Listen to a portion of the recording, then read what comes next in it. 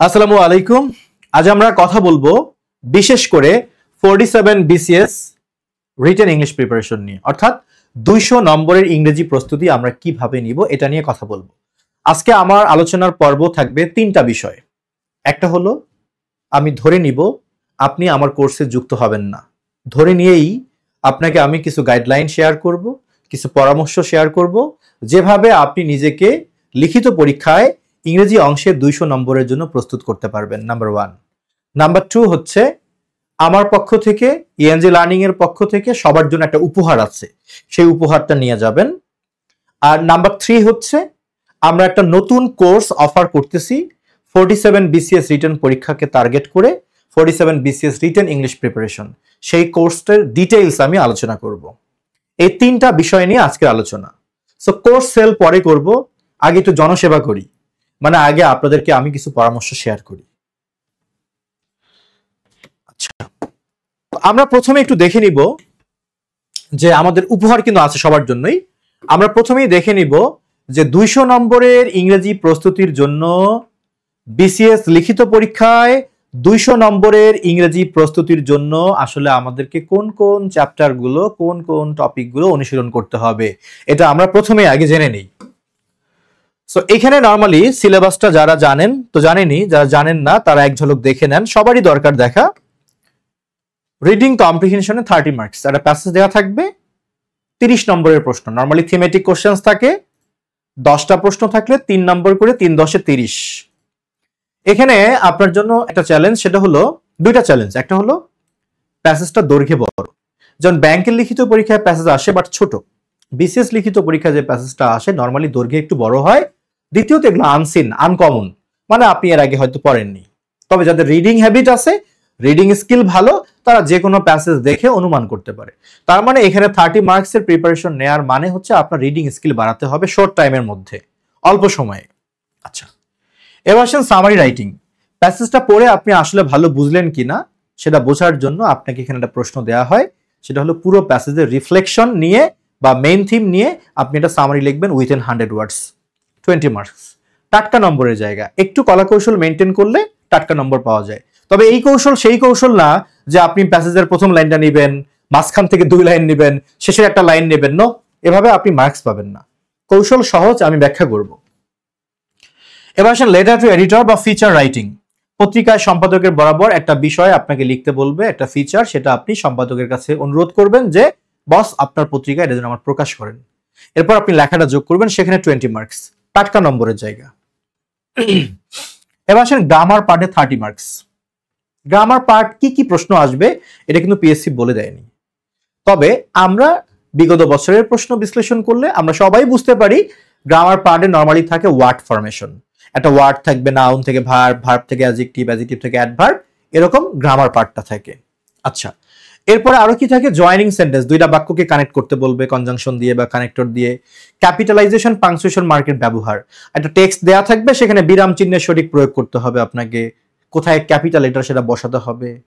থাকতে পারে sentence correction, অর্থাৎ অনেকগুলো প্রশ্ন এখানে থাকতে পারে। আমাদেরকে কমপক্ষে গ্রামারের 30 মার্কসের জন্য 8-10টা টপিকের উপর নিজেদেরকে প্রস্তুত করতে হবে। আচ্ছা, তবে আপনাদের জন্য গুড নিউজ হচ্ছে এই গ্রামারের 30 মার্কসের মধ্যে 25+ মার্কস পাওয়া কঠিন কোনো কাজ না, এটা আমি আপনাকে এনশিওর করতে পারি, কঠিন কোনো কাজ না। যদি একটু আমার গাইডলাইনে একটু অনুশীলন করেন, ক্লাসগুলো করেন, সম্ভব। আর এই 30 নম্বরের জন্য সর্বোচ্চ আপনার 4 থেকে 5টা ক্লাস করলেই চলবে। এই 5টা ক্লাসে আমরা যা শিখাবো তাই যথেষ্ট, আপনাকে আলাদা করে বই থেকে পড়ার কিছু নেই। এবার আসেন, এটা হচ্ছে পার্ট 1, 100 মার্কস কাভার হলো। পার্ট 2-তে translation Bengali to English 25 marks, translation English to Bengali 25 marks, 50 marks. ট্রান্সলেশনে আসলে আপনি কত ওয়ার্ডের মিনিং জানেন, কতগুলো রুলস জানেন, এগুলোর চেয়েও জরুরি বিষয় হচ্ছে আপনি ভাবানুবাদ জিনিসটা কি এটা বুঝেন কিনা, এটা আমি আজকে বোঝানোর চেষ্টা করব। আর সর্বশেষ এসে রাইটিং 50 মার্কস।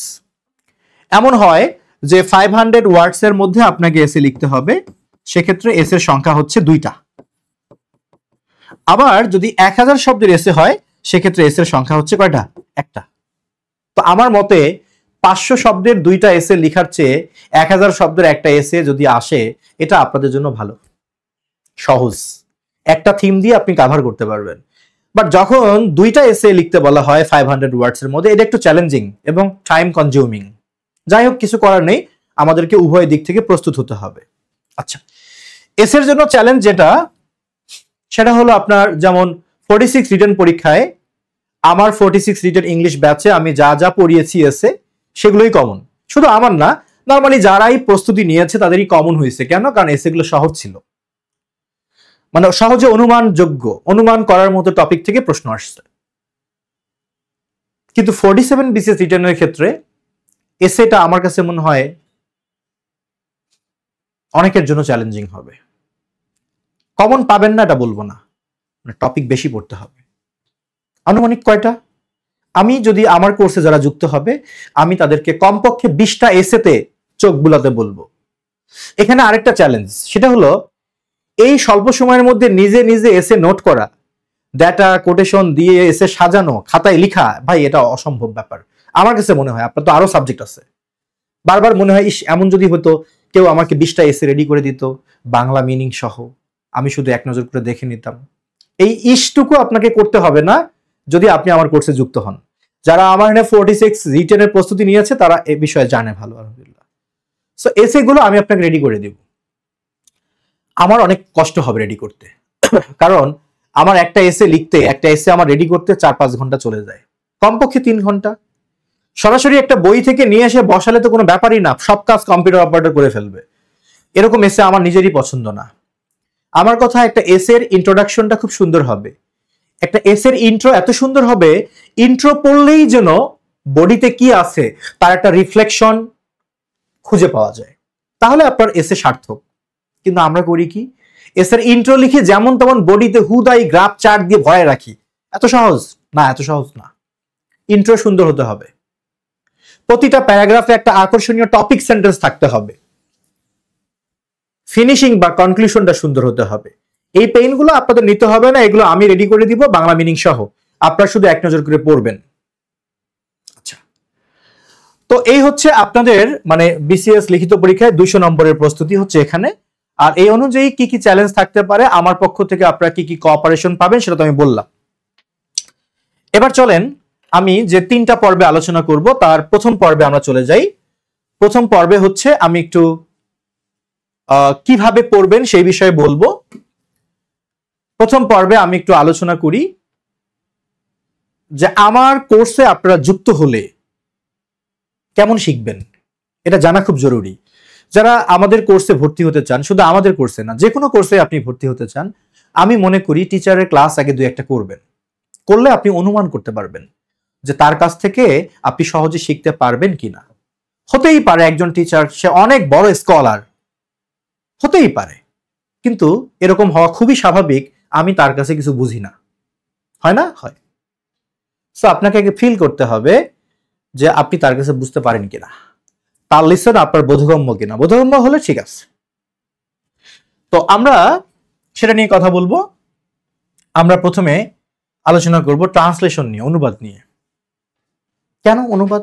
গ্রামার 30 নম্বর, সেখানে তো আলোচনা করলেই হয়। ভাই আপনারা জানেন এই বিরাম চিহ্নের ব্যবহার, জয়নিং সেন্টেন্স কিংবা ভয়েস চেঞ্জিং, সেন্টেন্স কারেকশন, এগুলো জীবনে অনেক দেখছেন। আমি সেগুলো নিয়ে আজ কথা বলবো না। আজ আমি কথা বলবো, আপনার হাতে কোনো রুলস নাই, আপনার মাথায় কোনো ওয়ার্ড নাই, লেক্সিকন নাই, ভোকাবুলারি নাই, আপনি অনুবাদের একগাদা রুলস জানেন না, তবু আপনি অনুবাদ করতে চান, কিভাবে করবেন? সম্ভব কিনা? হ্যাঁ সম্ভব, সেটা আমি একটু দেখাবো। ভাবানুবাদ জিনিসটা কি সেটা একটু বুঝাবো। কেন বুঝাবো? কারণ আমি মনে করি কেউ যদি বাংলা থেকে ইংরেজি অনুবাদে দক্ষতা অর্জন করতে পারে, তার পক্ষে 1000 শব্দের এসে লেখা কিংবা 100 শব্দের সামারি লেখা কিংবা ফিচার রাইটিং বা লেটার টু এডিটর লেখা, এগুলো আমার কাছে মনে হয় কঠিন কিছু না, সে পারবে। মূল হচ্ছে আপনার হাতটা আগে চলতে হবে, ইংলিশে যেন চলে, ফ্রি হ্যান্ড রাইটিং এর জন্য আপনি স্কিলড হন, এটা আগে জরুরি। আমি সেটা নিয়ে কথা বলবো। এরপর আমাদের কোর্সে কি আছে ডিটেলস বলবো। সে পর্যন্ত আপনার ধৈর্য থাকলে থাকলো, না থাকলে কিছু করার নেই। আগে আমি একটু শেয়ার করি কিছু জিনিস, আপনাদের অনুবাদের ভয়টা একটু আমি আগে ভাঙায় দেওয়ার চেষ্টা করি। আচ্ছা, আমাদের কোর্সের ফি কয় টাকা, আমাদের কোর্সের ফিচার কি, এইসব বাণিজ্যিক আলাপ আলোচনা আমি শুরুতে করব না। এতে আমার কোর্স সেল হলে হোক, না হলে কোনো সমস্যা নেই। আমি আগে কিছু শেখাবো, মনোযোগ দেন এখানে। যার ধৈর্য নাই সে আমার কোর্সে যুক্ত হয়ে কোনো লাভ নেই তার। এখানে একটা বাক্য আছে, বাংলার বর্ষা ঋতু নিয়ে কবিদের মুগ্ধতার শেষ নেই। বাক্যগুলো কিন্তু ছোট ছোট বাক্য, তাই না? বাট ঝামেলাটা কোথায় দেখবেন? বাংলার বর্ষা ঋতু নিয়ে কবিদের মুগ্ধতার শেষ নেই, এটাকে আমার ইংলিশে অনুবাদ করতে হবে। অনুবাদ আমরা বলি শাব্দিক অনুবাদ এবং ভাবানুবাদ, মানে কি দুই ধরনের অনুবাদ, লিটারাল ট্রান্সলেশন, থিমেটিক ট্রান্সলেশন। তো আমরা আজকে দুইটাই একটু দেখবো যে কোনটার মধ্যে আসলে কি কাহিনী। যদি আমি এটাকে শাব্দিক অনুবাদ করি, হুবহু যা আছে তাই যদি আমি লিখি, তাহলে আমার প্রথমে কি লাগবে ভাই? প্রথমে বাক্যের সাবজেক্ট লাগবে। কার মুগ্ধতার শেষ নেই? কবিদের। তার মানে কবিরা হচ্ছে এখানে বাক্যের কি সাবজেক্ট। কবিদের যেহেতু, তাহলে আমি লিখবো কি পোয়েটস। আচ্ছা, এবার ভার্ব কোনটা? ভার্ব হলো নেই। যদি বলি আছে, আসের ইংলিশ কি? হ্যাভ। আর যদি বলি নেই, তাহলে কি নাবোধক হবে, তার মানে হ্যাভ নো। অথবা আমি বলতে পারি কি ডোন্ট হ্যাভ বা ডু নট হ্যাভ। নেই, কি নেই? শেষ নাই, শেষ। শেষের ইংলিশ কি? শেষের ইংলিশ ধরেন আমি জানি কি এন্ড, সে। তা আমি লিখলাম যে এন্ড বা এন্ডিং, লিখলাম সে। সাবজেক্ট হলো, ভার্ব হলো, অবজেক্ট হলো। নরমালি অনুবাদ করার নিয়ম হলো সাবজেক্ট, ভার্ব, অবজেক্ট বাদে একটা বাক্যের বাদ বাকি যা কিছু থাকে সেগুলোকে পেছন দিক থেকে অনুবাদ করতে হয়। তাহলে আমি লিখেছি কবিদের ইংলিশ, এটা বাদ দিলাম। নেই এর ইংলিশ লিখেছি, শেষের ইংলিশও লিখেছি। এই তিনটা বাদে এখন বাকি যা কিছু আছে আপনাকে পেছন থেকে অনুবাদ করতে হবে। পেছনের শব্দটা কি? র। র এর ইংলিশ কি? অব। এবার মুগ্ধতার ইংলিশ আমি দিলাম কি? ফ্যাসিনেশন, মুগ্ধতা। আচ্ছা, এবার নিয়ে, নিয়ের ইংলিশ কি?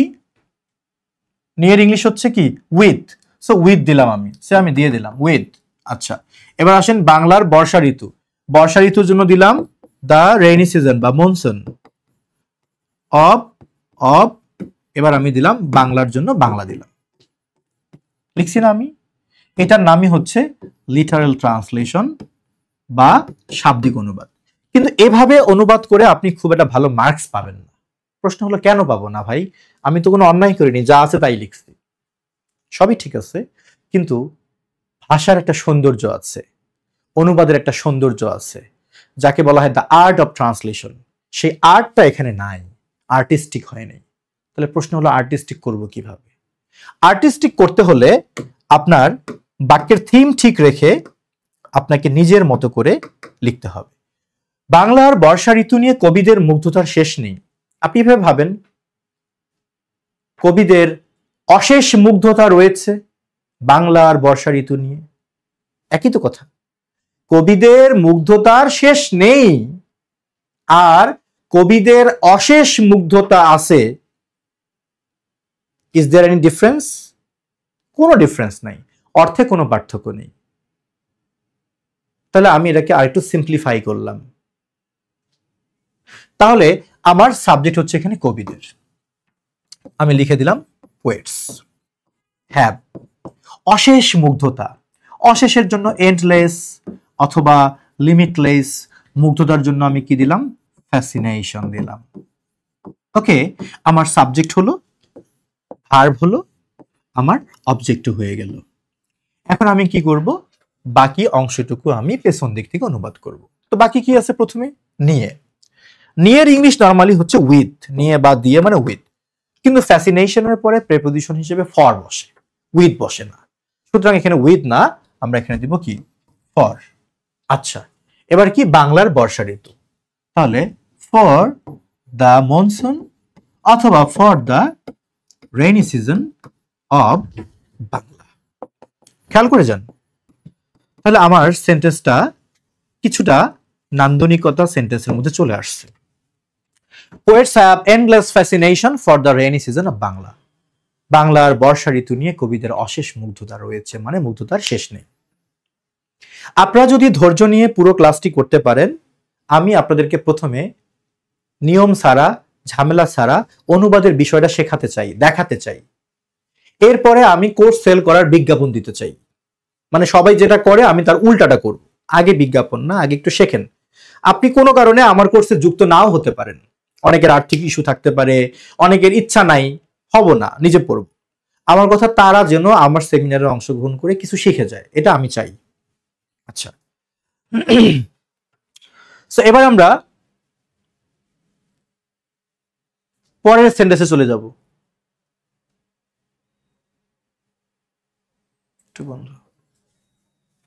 এবার আমরা একটু পরের সেন্টেন্সে যাই। পরের সেন্টেন্সে কি আছে? বিশ্বকবি রবীন্দ্রনাথ ঠাকুরের সবচেয়ে প্রিয় ঋতু হচ্ছে বর্ষা। বিশ্বকবি রবীন্দ্রনাথ ঠাকুরের সবচেয়ে প্রিয় ঋতু হলো কি? বর্ষা, যা তার লেখায় মূর্ত হয়ে ওঠে। এবার বাক্যটা একটু লং হয়ে গেল। যখন আমরা এরকম লং সেন্টেন্সকে ট্রান্সলেট করতে যাব, আমরা ওই কনজাংশনের ওখানে গিয়ে একটু থামবো, মানে একটা সেকশন দিব, একটা বিরতি দিব। তার মানে এখানে দুইটা ক্লোজ হয়ে গেল।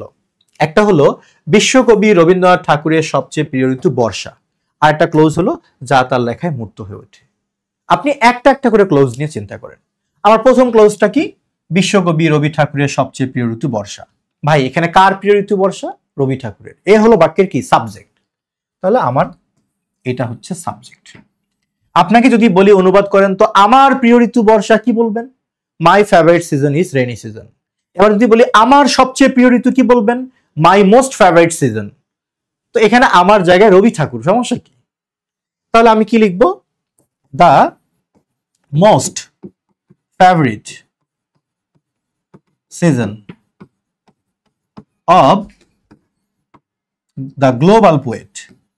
বিশ্বকবির জন্য আপনি বলতে পারেন গ্লোবাল পোয়েট। হ্যাঁ, বিশ্বকবি। এবার রবি ঠাকুর, রবীন্দ্রনাথ ট্যাগর। আচ্ছা, এবার আমার ভার্বটা কি হবে? রবীন্দ্রনাথ ঠাকুরের সবচেয়ে প্রিয় ঋতু। ভার্ব নাই, তাহলে যেখানে ভার্ব নেই সেখানে ভার্ব ধরবেন বি ভার্ব। যেমন আমি একজন ছাত্র, ভার্ব নেই, তারপর ধরতে হবে, বলা হচ্ছে আমি হলাম একজন ছাত্র। তো আমি এখানে দিলাম ইজ। সবচেয়ে প্রিয় ঋতু কি? বর্ষা, রেইনি সিজন, অথবা মনসুন। প্রথম ক্লোজটুকু হয়ে গেল। এবার একটা কনজাংশন আছে কি? যা, যা তার লেখায় মূর্ত হয়ে ওঠে। এইটুকুর মধ্যে আপনি ভাবেন তো ভাই, ভার্ব কোনটা? মূর্ত হয়ে ওঠে। আমি যদি বলি কে মূর্ত হয়ে ওঠে, উত্তর কিন্তু এই যা। এই যাটাই এখানে সাবজেক্ট।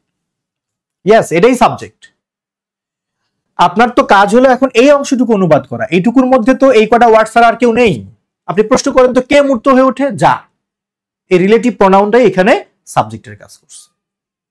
তাহলে আমি এখানে যা এর জন্য রিলেটিভ প্রোনাউন হিসেবে লিখব হুইজ। দ্যাটও লিখতে পারেন ক্ষেত্র বিশেষে। আমি লিখলাম হুইজ, যা। এবার ভার্ব কোনটা? মূর্ত হয়ে ওঠে। এখন ধরেন অনেকে মূর্ত হয়ে ওঠার ইংলিশ জানবে না। ভাই, তোমার সব কিছুর ইংলিশ জানতে হবে কেন? স্যার, আমি মূর্ত হয়ে ওঠে এর ইংরেজি জানি না। তখন আমাকে বাংলাটা বুঝতে হবে। তার লেখায় মূর্ত হয়ে ওঠে মানে কি? তার লেখায় দেখা যায় বা তার লেখায় প্রতিফলিত হয়, এরকম কিছু নিশ্চয়, রাইট? আর প্রতিফলনের ইংলিশ তো সবাই জানে, রিফ্লেক্ট। তখন আপনি রিফ্লেক্ট দিবেন। আমার কথা হলো, যখন কোনো বাংলা শব্দ আপনার কাছে কঠিন মনে হবে, আপনি ওই কঠিন বাংলার কঠিন ইংরেজি খোঁজার চেয়ে ওইটার সমজাতীয় থিমকে ঠিক রেখে যে কোনো একটা বসাতে পারেন। আপনি রিফ্লেক্ট লিখতে পারেন। তো আমি লিখে দিলাম যে হুইজ রিফ্লেক্টস, যা প্রতিফলিত হয়। অথবা আপনি লিখতে পারেন ডেপিক্টস, প্রতিফলিত হয়। আচ্ছা, সাবজেক্ট পাইছি, ভার্ব পাইছি। আর কোথায় প্রতিফলিত হয়? উত্তর হচ্ছে তার লেখায়। এটা একটা স্থান, যে কোনো স্থান, যে কোনো সময়ের পূর্বে প্রেপোজিশন বসে। মনে রাখবেন, টাইম, প্লেস যতবার ব্যবহার করবেন ততবার প্রেপোজিশন বসবে। এগুলো আমরা নিয়মিত ক্লাসে শিখব। আজ শুধু আপনাদের একটা ভয় ভাঙানোর মতো অবস্থা ক্রিয়েট করার চেষ্টা করতেছি। তার লেখায়, তাহলে আমি লিখে দিলাম ইন হিজ। নর্মালি লেখার ইংলিশ কি ভাই? রাইটিং। এটুকু লিখলেই চলে। কিন্তু আপনাকে বুঝতে হবে তার লেখা মানে কি এরকম আমার মতো লেখা না। তার লেখা মানে তার সাহিত্যকর্ম। সো আমি যদি এখানে রাইটিং না লিখে লিখি ইন হিজ ওয়ার্কস, তাহলে থিমটা সুন্দর হয়। তাহলে আমার সেন্টেন্সটা কি হলো? The most favourite season of the global poet Rabindranath Tagore is rainy season or monsoon, which reflects or depicts in his writing or works. তা যা তার লেখায় প্রতিফলিত হয়, যা তার লেখায় প্রতিফলিত হয়। পরের ক্লোজে কি বলছে? তার অসংখ্য গান ও কবিতায় ফুটে উঠেছে বর্ষার বিচিত্র রূপ। এখানে কমা আছে না, আপনি এখানে থেমে যান, একটা একটা করে পার্ট নেন। প্রথম পার্টটা আসেন, তার অসংখ্য গান ও কবিতায় ফুটে উঠেছে বর্ষার বিচিত্র রূপ। আপনি আগে ভার্ব খুঁজবেন। আচ্ছা ভাই, এখানে ভার্ব কোনটা বলেন তো? ওখানে ভার্বটা হলো কি? ফুটে উঠেছে। এটা হচ্ছে আমার ভার্ব। আর আমি যদি বলি যে কে ফুটে উঠেছে বা কি ফুটে উঠেছে, তাহলে উত্তরটা কি আসবে? উত্তর হলো যে বর্ষার বিচিত্র রূপ। কোথায় ফুটে উঠেছে? উত্তর হচ্ছে তার অসংখ্য গান ও কবিতায়। সবই পেয়ে গেলাম, ভার্ব পাইলাম, সাবজেক্টও পাইলাম। বর্ষার বিচিত্র রূপ, ভার্ব হচ্ছে ওইটা, এটা হচ্ছে প্লেস, আমার অ্যাডভার্ব অফ প্লেস। তাহলে বর্ষার বিচিত্র রূপ, এর জন্য আমি কি করব? আপনি কি করবেন? আপনার রূপের জন্য আপনাকে শেপ খুঁজতে হবে কেন? বর্ষার বিচিত্র রূপ মানে কি? বর্ষার নানা রকম বৈশিষ্ট্য, বর্ষার নানা রকম রংকে বোঝাচ্ছে। আপনি কালার দিয়ে লিখতে পারেন। আপনি লিখতেই পারেন যে ভ্যারিয়াস কালার্স, নানান রকম রূপ, রং ফুটে উঠেছে। এখন ধরেন ফুটে ওঠার ইংলিশ কি? ডেপিক্ট বা রিফ্লেক্ট, তাই না? সো আমি লিখলাম ডেপিক্ট। কিন্তু আমি চাইলে এভাবেও লিখতে পারি। আমি আমার মতো লিখব, various colours of the monsoon, বর্ষার বিচিত্র রূপ, হ্যাভ বিন ফাউন্ড, পাওয়া যায়। কোথায় পাওয়া যায়? তার অসংখ্য গান ও কবিতায়। ইন হিজ, অসংখ্য, এনরমাউস বা কাউন্টলেস, সংস অ্যান্ড পোয়েমস। আমি কি লিখতে পারি না? পারি। ওখানে বলছে ফুটে উঠেছে, তার জন্য আমি ডেপিক্ট রিফ্লেক্ট না দিয়ে আমি আমার মতো করে থিমটা নিয়েছি, প্যাসিভ ভয়েসে দিয়েছি। Various colours of the monsoon, বর্ষার বিচিত্র রূপ, হ্যাভ বিন ফাউন্ড, খুঁজে পাওয়া যায়, in his countless songs and poems, তার অসংখ্য গান ও কবিতায়। সমস্যা কি? থিম তো ঠিক আছে। থিম ঠিক রেখে যা লিখবেন সেটাই হচ্ছে ভাবানুবাদ, থিমেটিক ট্রান্সলেশন। এখন কি বলছে? যে রূপের সঙ্গে, আচ্ছা আমি প্রথম লাইনটা মুছে দিলাম। বলছে যে রূপের সঙ্গে কখনো যুক্ত হয়েছে ব্যক্তি মানুষের ভাবনা, অপেক্ষা, প্রেম, বিরহ, আরো কত কি। এই জিনিসটা আপনার কাছে কঠিন মনে হতে পারে, যে রূপের সঙ্গে এর ইংলিশ কি দিব। এটাকে আপনি সহজ করে ভাবেন যে তার অসংখ্য গান ও কবিতায় ফুটে উঠেছে বর্ষার বিচিত্র রূপ। আপনি যে রূপের সঙ্গে এর পরিবর্তে মনে করেন এখানে লেখা আছে যেখানে, যেখানে কখনো যুক্ত হয়েছে ব্যক্তি মানুষের ভাবনা, অপেক্ষা, প্রেম, বিরহ, আরো কত কি। এভাবে দিলেই তো হয়ে যায়, হয় কি না? হয়। তা আপনি এত পেইন নেবেন কেন? নরমালি আপনি চিন্তা করেন যেখানে ইংলিশ কি ওয়্যার, সবই দিলাম ওয়্যার। এবার ভার্বটা কি? যুক্ত হয়েছে। এখন আমার আগে তো ভার্ব দিয়ে বাক্য শুরু হবে না, আগে আমার সাবজেক্ট বা অবজেক্ট দিয়ে শুরু হবে। অ্যাক্টিভ ভয়েস হলে সাবজেক্ট দিয়ে বাক্য শুরু হবে, প্যাসিভ হলে অবজেক্ট দিয়ে শুরু হবে, তাই না? এখন আমি প্রশ্ন করি কি যুক্ত হয়েছে? উত্তর হলো ব্যক্তি মানুষের ভাবনা, অপেক্ষা, প্রেম, বিরহ, আরো কত কি। এটা বাক্যের অবজেক্ট। যারা সাবজেক্ট অবজেক্ট চিনেন না, সমস্যার কিছু নেই, আমরা বেসিক কিছু ক্লাসে এগুলো শেখাবো।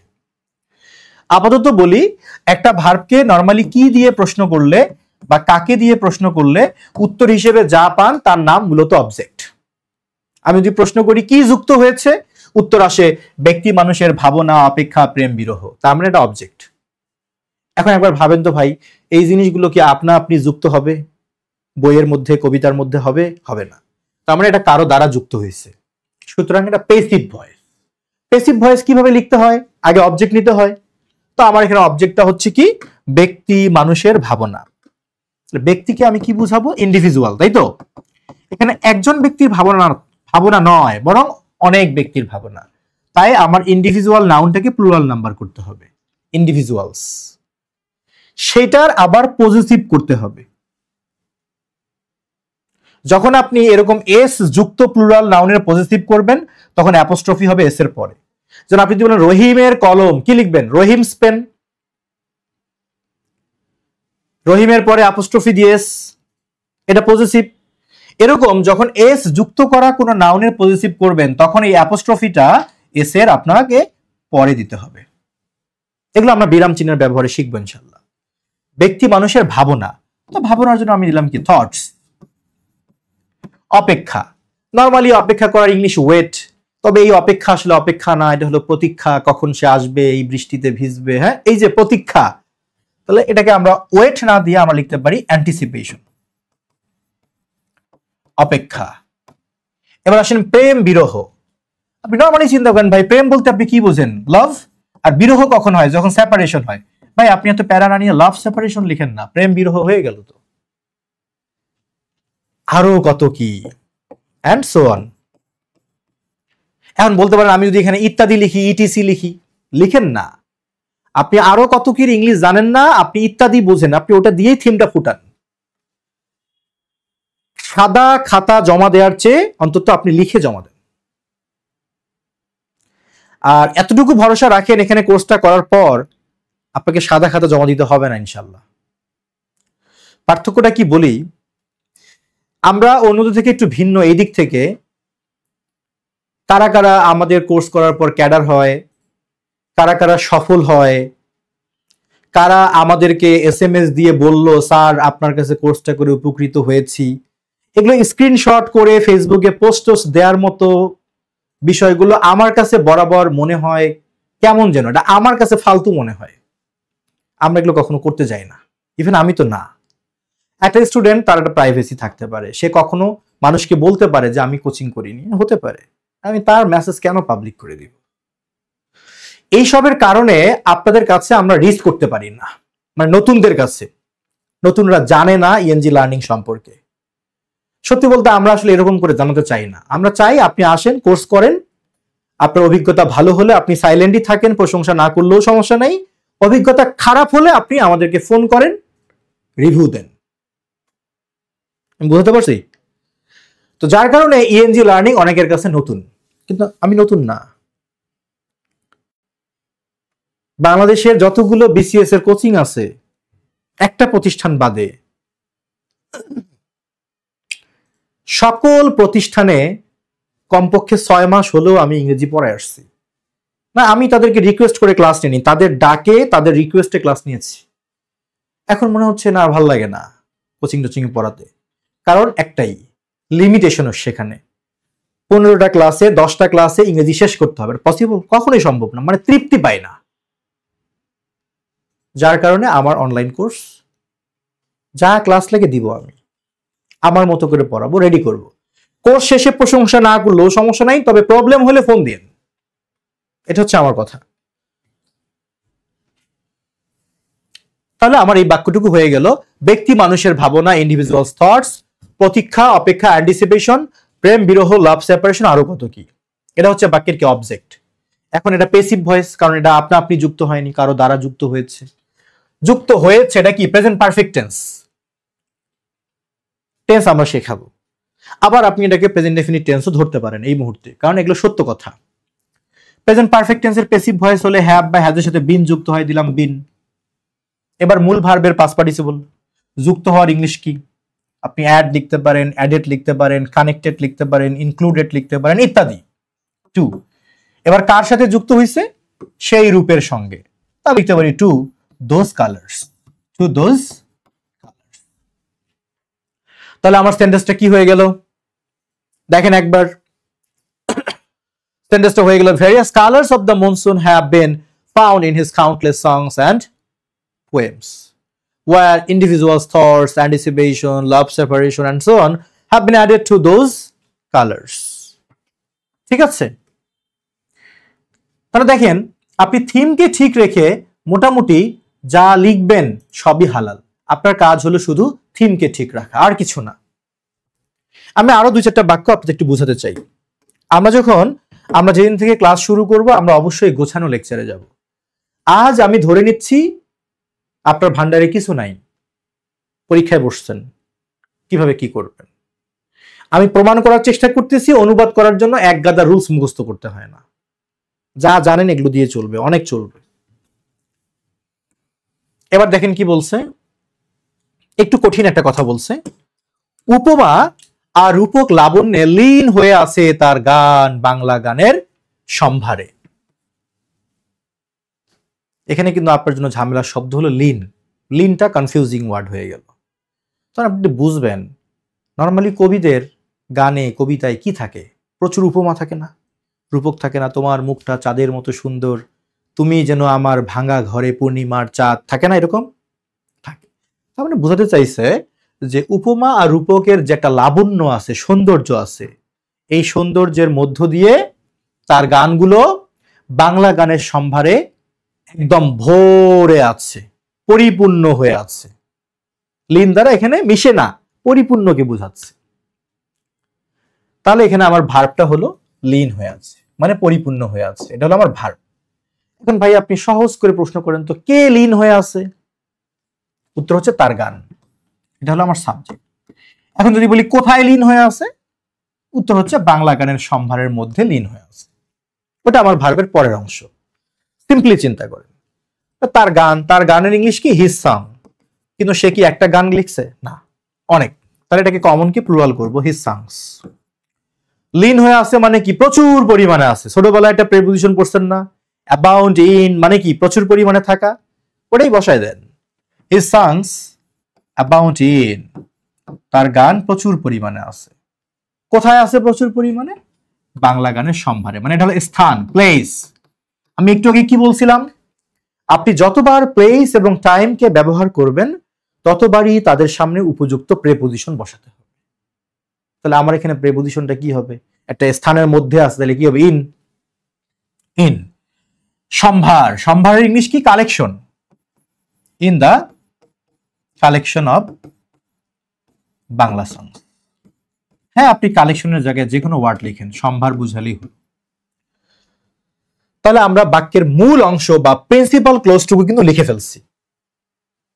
বলতে পারেন যে প্রিন্সিপাল ক্লোজ চিনবো কেমনে? নর্মালি সাবজেক্ট ভার্ব অবজেক্ট নিয়ে প্রিন্সিপাল ক্লোজ হয়, কিন্তু আমি সেটা বলি না। আমি বলবো বাক্যের যে অংশটুকু পড়লে আপনার মনে হবে একটা পরিপূর্ণ বাক্য অংশ, অর্থের দিক থেকে কমপ্লিট, ওটাই হচ্ছে বাক্যের প্রিন্সিপাল ক্লোজ। দেখেন এটুকু কমপ্লিট একটা অংশ, তার গান লীন হয়ে আছে বাংলা গানের সম্ভারে।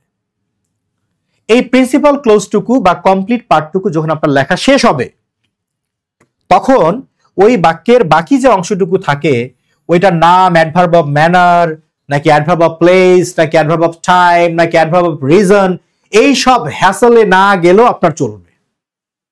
হ্যাঁ, জানলে ভালো, না জানলেও পারবেন। সে এটার নাম ম্যানার নাকি ফ্যানার আমি জানি না, সমস্যা নেই। আপনি বাক্যের প্রিন্সিপাল ক্লোজ নেয়ার পর বাকি যে অংশটুকু থাকবে ধরে নিবেন সেটা একটা ফ্রেজ, আর তাকে অনুবাদ করতে হবে পেছন দিক থেকে। এইটুকু জানলেই আপনার চলে। পেছন দিক থেকে অনুবাদ করবেন। উপমা, রূপক, লাবণ্যের মধ্য দিয়ে লীন হয়ে আছে। এখানে মধ্য দিয়ে শব্দটা না থাকলেও আমাকে ধরে নিতে হবে যে এগুলোর মধ্য দিয়ে একাকার হয়ে আছে তার গান। মধ্য দিয়ে ইংলিশ কি? থ্রু। এবার লাবণ্য মানে কি? সৌন্দর্য, বিউটি। Through the beauty. কিসের বিউটি? অফ। কিসের বিউটি? উপমা, রূপক। উপমার জন্য আমি দিলাম সিমিলিস, রূপকের জন্য আমি দিলাম কি? মেটাফোর্স। এখন বলতে পারেন যে এই ওয়ার্ডগুলোর মিনিং যদি আমি না জানি, ইংলিশ না জানি, জানবেন না কেন? এগুলো আমরা শেখাবো, আপনি শিখবেন। আমরা আপনাকে টপিক বেস ভোকাবুলারি শিখাবো, এই কয়দিনেই সম্ভব, আপনি চাইলে সম্ভব। তাহলে he songs about in the collection of Bangla songs through the beauty of similes and metaphors. হয়ে গেল। আপনি চাইলে এই সাদা কালিতে অংশটুকু এটা দিয়েও বাক্য শুরু করতে পারেন, মানে অতিরিক্ত অংশটা আগে লিখে প্রিন্সিপাল ক্লোজও পরে লেখা যাবে। আপনি লিখতেই পারেন through the beauty of similes and metaphors his songs abound in the collection of Bangla songs. Okay, এবার আসেন পরের বাক্যে কি আছে। এমনই মানে এভাবে, ঠিক এভাবেই, দাস, এভাবে। কবি কাজী নজরুল ইসলাম, অতুল প্রসাদ সেন, ডি.এল. রয়, রজনীকান্ত সেন সহ সব কবির লেখা ছুঁয়েছে বর্ষার রূপ। ভাই এখানে ভার্ব কোনটা? ছুঁয়েছে। ভার্বকে ছোট্ট করে প্রশ্ন করেন তো, কে ছুঁয়েছে? আর প্রশ্ন করেন কাকে ছুঁয়েছে?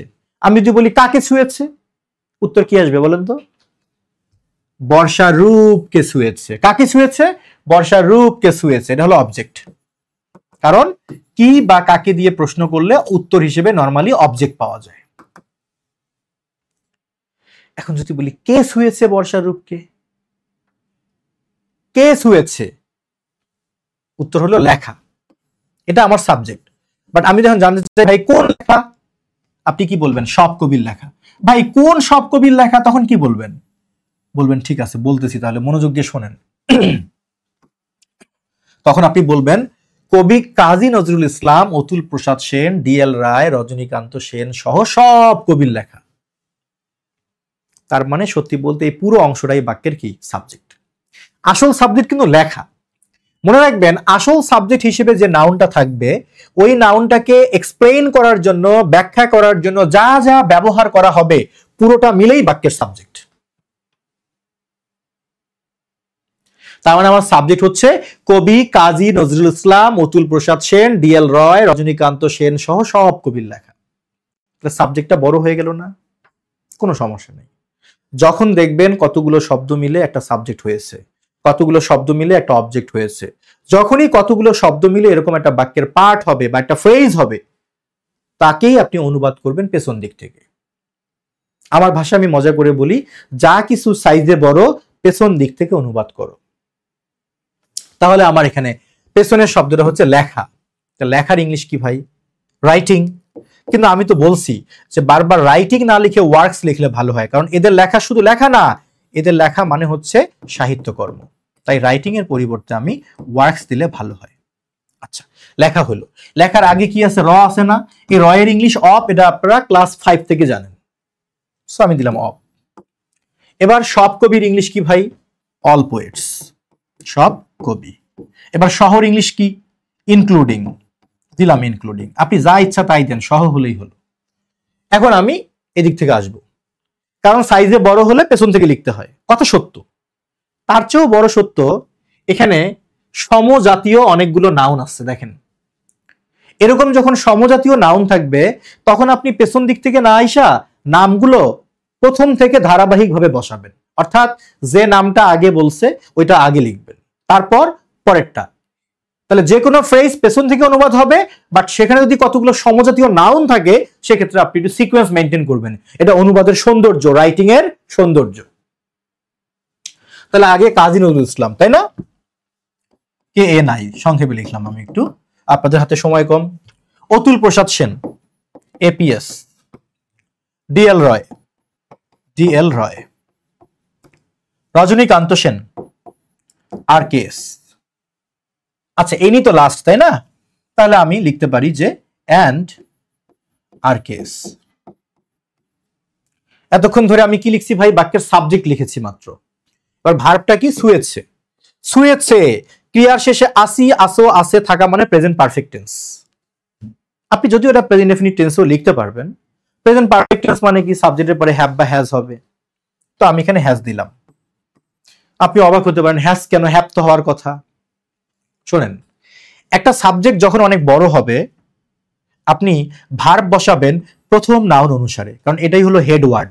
একটা সাবজেক্ট যত বড়ই হোক না কেন, প্রেপোজিশনের পূর্বেরটা এটা আমি বলবো না, কারণ এখানে প্রেপোজিশন না হয় একটা পার্টিসিপলও থাকতে পারে। আমি আপনাকে বলবো সাবজেক্ট যখন লং হয় তখন আপনি প্রথম নাউন বা হেড ওয়ার্ড অনুসারে ভার্ব বসাবেন। সো আমার প্রথম নাউনকে রাইটিং, রাইটিং যেহেতু সিঙ্গুলার, ওয়ার্কস, হ্যাঁ ওয়ার্কসও সিঙ্গুলার, এর শেষে এস দেখে প্লুরাল মনে করার সুযোগ নেই।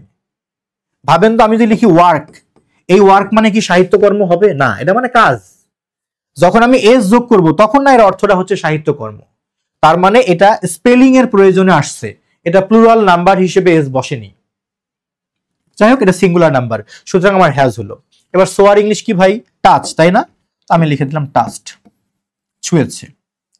এখন ধরেন কারো মন চাচ্ছে আমি টাচ লিখব না, আমি লিখবো রিস থেকে রিস্ট, পৌঁছেছে, একই কথা। বর্ষা রূপের কাছে পৌঁছাইছে, ছুঁয়েছে, একই জিনিস। আপনি থিম ঠিক রাখলেই হলো। কাকে ছুঁয়েছে? বর্ষার রূপকে। সো আমি লিখে দিলাম the colors of monsoon। ঋতুর নামের পূর্বে আর্টিকেল দা ব্যবহার করা যায়, আপনি চাইলে ব্যবহার না করলেও কোনো সমস্যা নেই, না করলেও কোনো সমস্যা নেই।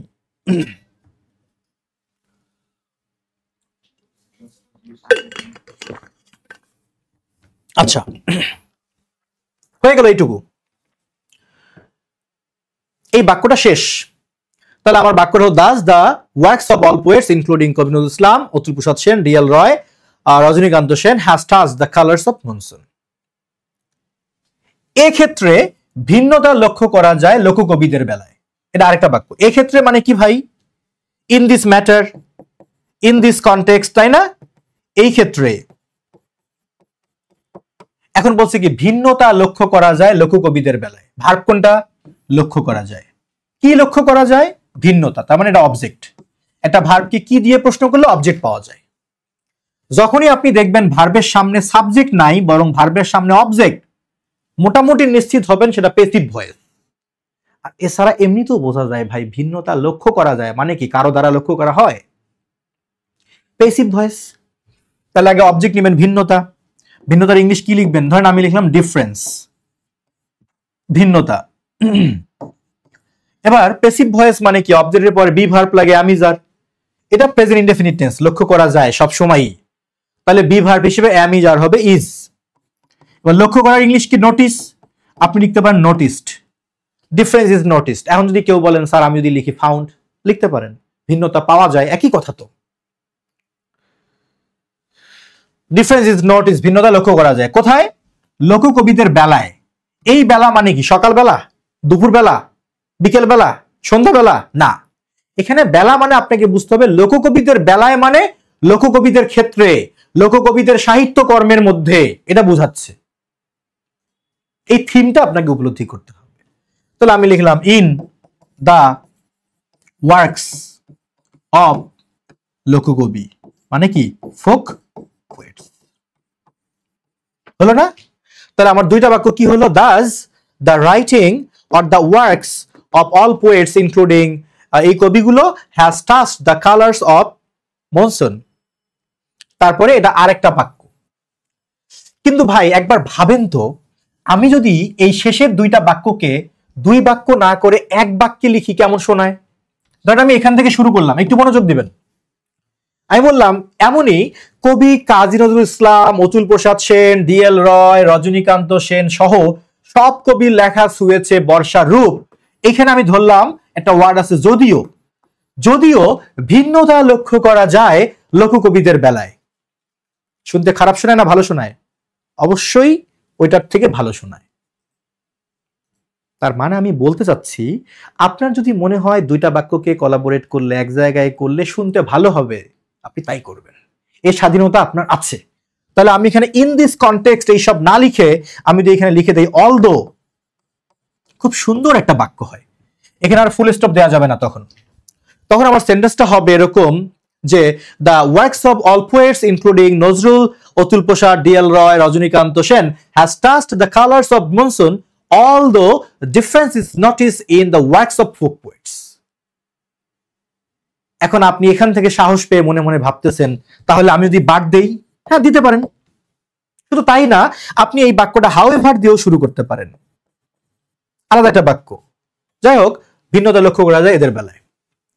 তারপরে আমি বারবার বোঝানোর চেষ্টা করতেছি শব্দকে অনুবাদ না, আপনার টার্গেট বাক্যের ভাবকে ফুটিয়ে তুলতে যে অনুবাদ দরকার সেটা প্রয়োগ করা। বাই দ্য ওয়ে, আমি আসলে বকবক করে যাচ্ছি, আপনাদের কিছু জিজ্ঞেস করতেছি না। আমি আসলে এমনই, আমার কোর্স কোঅর্ডিনেটর সবসময় আমাকে বলে যে অন্য টিচাররা সেমিনার নিলে আগে নিজেদের প্রশংসা করে, নিজেরা কেমন পড়ায় এইটা বলে ইত্যাদি ইত্যাদি, আপনি আগে পড়ান, পড়াতে ঢুকলে আর বের হন না। কথা সত্য। আমি আমার কি প্রশংসা করব? সিম্পলি কোচিং এ পড়াই, সিম্পলি অনলাইনে ইংলিশ পড়াচ্ছি, কি প্রশংসা করব? আমার থেকে আপনাদের যোগ্যতা কয়েকশো গুণ বেশি। কারণ একটাই, আমি শুধু সারাদিন রাত ইংলিশ নিয়ে পড়ে আছি। আপনারা ইংরেজির পাশাপাশি Bangla, GK, math, science, computer, ভূগোল কি নাই সবই পড়েন। কে জিনিয়াস? আপনারা আমার থেকে শত গুণে জিনিয়াস। সুতরাং আমার প্রশংসা করার মধ্যে কিচ্ছু নেই। আচ্ছা, অনেকে একটু কমেন্ট করছিলেন, আমি দেখি নাই, সরি। আসলে আমি সবার কমেন্টগুলো দেখতেছি এই মুহূর্তে। থ্যাংক ইউ যারা যারা মন্তব্য করেছেন, আমি সবার কমেন্টই দেখতেছি। প্রয়োজনে আবার রাতে আরাম করে পড়বো, পরে পরে রিপ্লাই দিব। Thank you. আচ্ছা, একটা জিনিস খেয়াল করছেন, আজকের আমি কি আরো সহজ সহজ বাক্য নিয়ে পড়াইতে পারতাম না ভাই অনুবাদের জন্য? মিনা গান গায়, পাখিরা আকাশে ওড়ে, কিন্তু ওগুলো আসে না পরীক্ষায় ভাই, ওগুলো আপনার কাজে লাগবে না। এগুলোই পরীক্ষায় কাজে লাগবে, এগুলোই প্রিভিয়াস কোশ্চেন, এগুলোই প্রয়োজন। সুতরাং যা কঠিন আপনাকে শুরু থেকে জানতে হবে ইহা কঠিন, এবং সেই অনুযায়ী আপনাকে মেন্টালি প্রিপেয়ার্ড হতে হবে। তো যাই হোক, আমি আমার স্ট্র্যাটেজি এরকম জন্যই হয়তোবা জনপ্রিয়তা নাই, দরকার নেই ঘোড়ার ডিমের জনপ্রিয়তা, আপনারা বুঝতে পারলেই হলো। বুঝতে পারছেন তো এটা? ওকে, আর দুইটা লাইন বুঝাবো আগে। এখন কি বলছে দেখেন,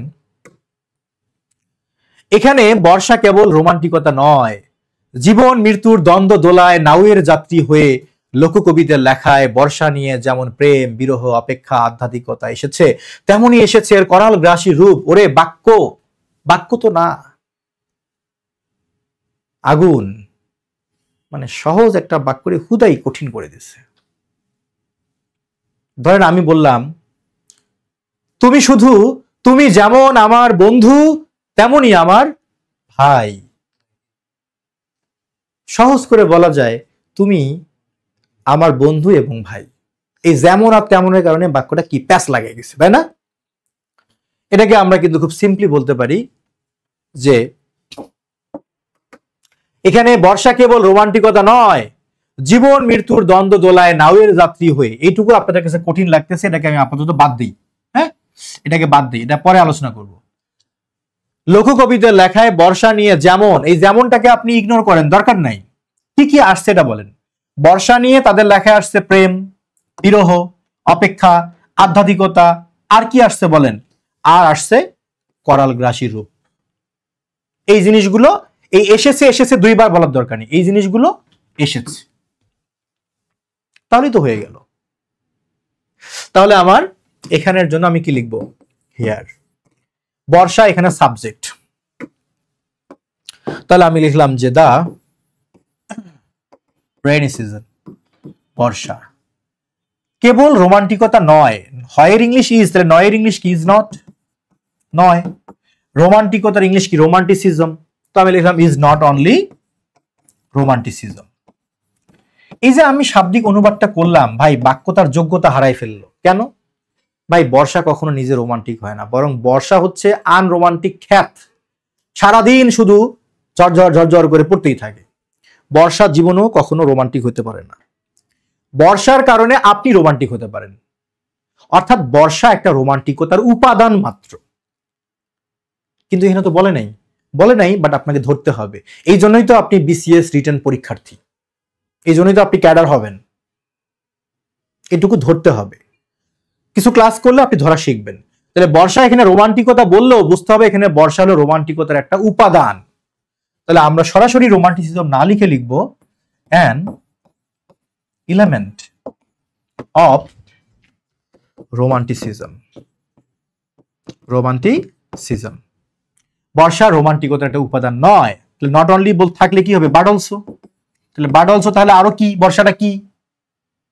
এটুক তো বাদ দিয়েছি আমি, বরং আরো কি?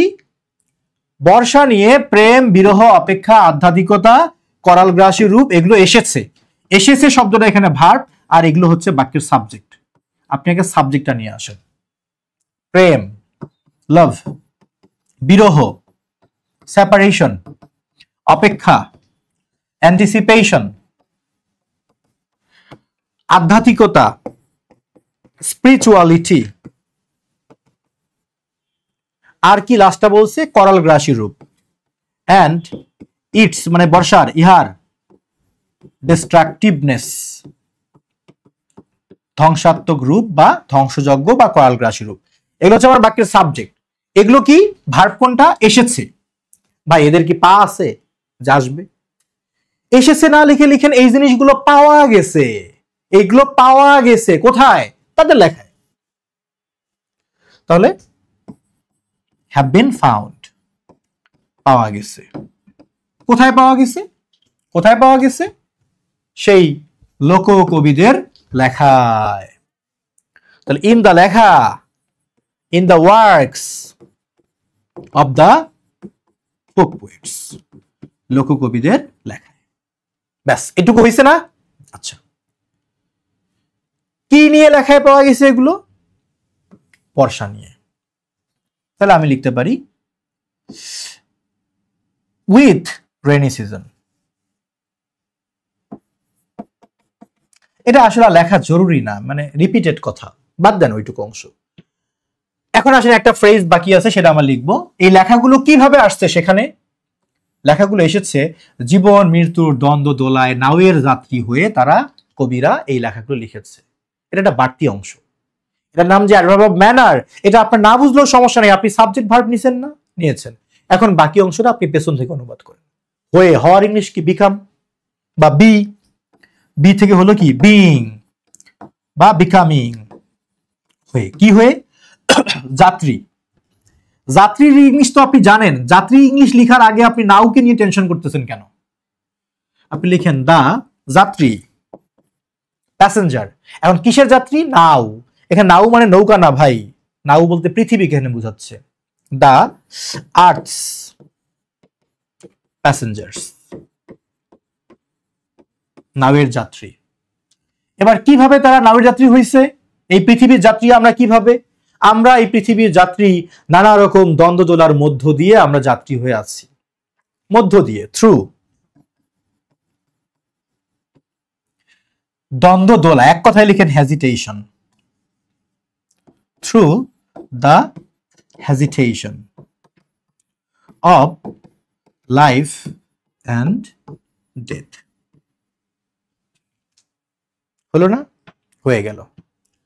তাহলে পুরো বাক্যটা, the rainy season is not only an element of romanticism but also love, separation, anticipation, spirituality, and its distractiveness have been found in the works of folk poets, becoming the earth's passengers through the hesitation of life and death.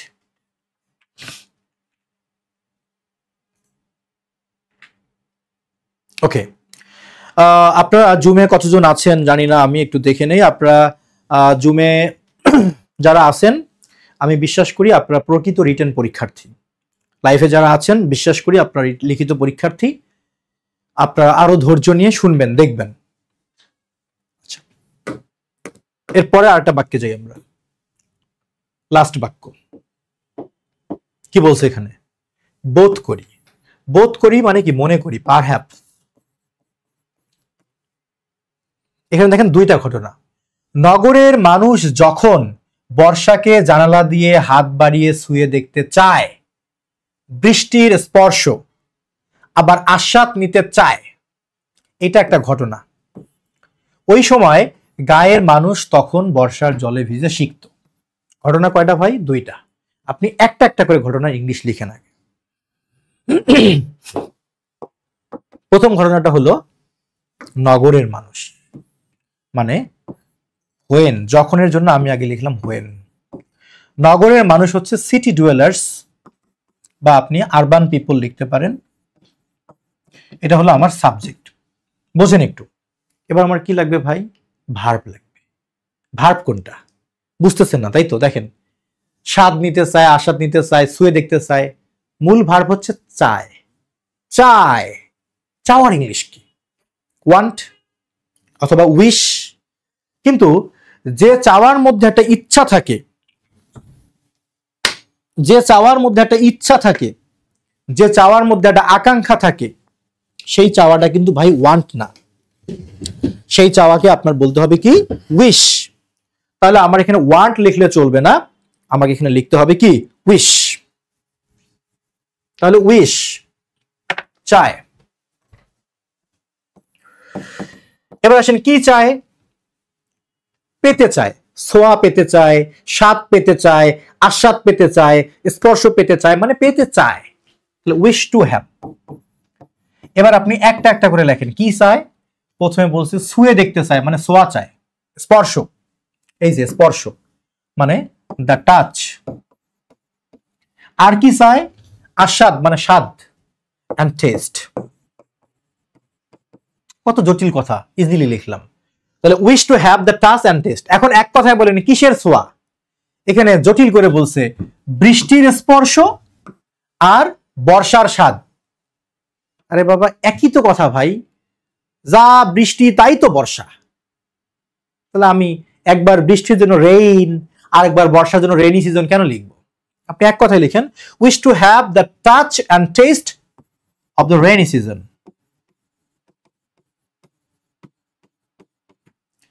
Subject পাইছেন city dwellers, verb হলো wish to have, object হচ্ছে এই অংশটা। এবার subject verb object বাদে এই বাকি অংশটুকু আপনি পেছন দিক থেকে অনুবাদ করেন। কিভাবে? হাত বাড়িয়ে বাড়িয়ে। যখন কোনো ক্রিয়ার শেষে এরকম এ থাকবে, এ বা ইয়ে, তখন আপনি প্রেজেন্ট পার্টিসিপল করবেন, মানে ভার্বের সাথে আইএনজি করবেন। এক্সটেন্ডিং, আমি জানি আপনার এই মুহূর্তে মনে হচ্ছে এখানে বাই দিলে সমস্যা আছে। নাই, দিতে পারেন, কিন্তু কেন দিবেন? ক্রিয়ার সাথে এ বা ইয়ে থাকলে শুধু প্রেজেন্ট পার্টিসিপল ইজ এনাফ, বাইয়ের প্রয়োজন নেই। তাহলে এক্সটেন্ডিং, বাড়িয়ে। এবার কি হাত, কার হাত? আপনার, আমার, নাকি তাদের? তাদের হাত। তাহলে আমি এখানে যদি দেয়ার শব্দটা লিখে দেই, দেয়ার হ্যান্ডস, ভালো শোনায়। এখন বলতে পারেন এখানে তো তাদের বলা নাই। ভাই অনেক কিছু বলা থাকবে না, আপনাকে ধরে নিতে হবে বাক্যটাকে কমপ্লিট করার জন্য। দেয়ার হ্যান্ডস, তাদের হাত। হাতটা কোন দিক দিয়ে বাড়ায়? জানলা দিয়ে। তাহলে আপনি লিখতে পারেন থ্রু দ্য উইন্ডো, বা আউট অফ দ্য উইন্ডো লিখতে পারেন। আউট অফ কেন? কারণ কোনো কিছুর ভেতর থেকে বাইরে যাওয়া বুঝালে আউট অফ হয়। হাতটা তো ঘরের ভেতর থেকে, জানলার ভেতর থেকে জানলার কি বাইরে যায়, তাই আউট অফ এখানে মোর অ্যাপ্রোপ্রিয়েট। থ্রু লিখতে পারেন। তাহলে আমার একটা ক্লোজ হলো, যখন এরা হাত বাড়িয়ে, ওই যে কি, জানালা দিয়ে হাত বাড়িয়ে বর্ষাকে ছুঁয়ে দেখতে চায়। কারা?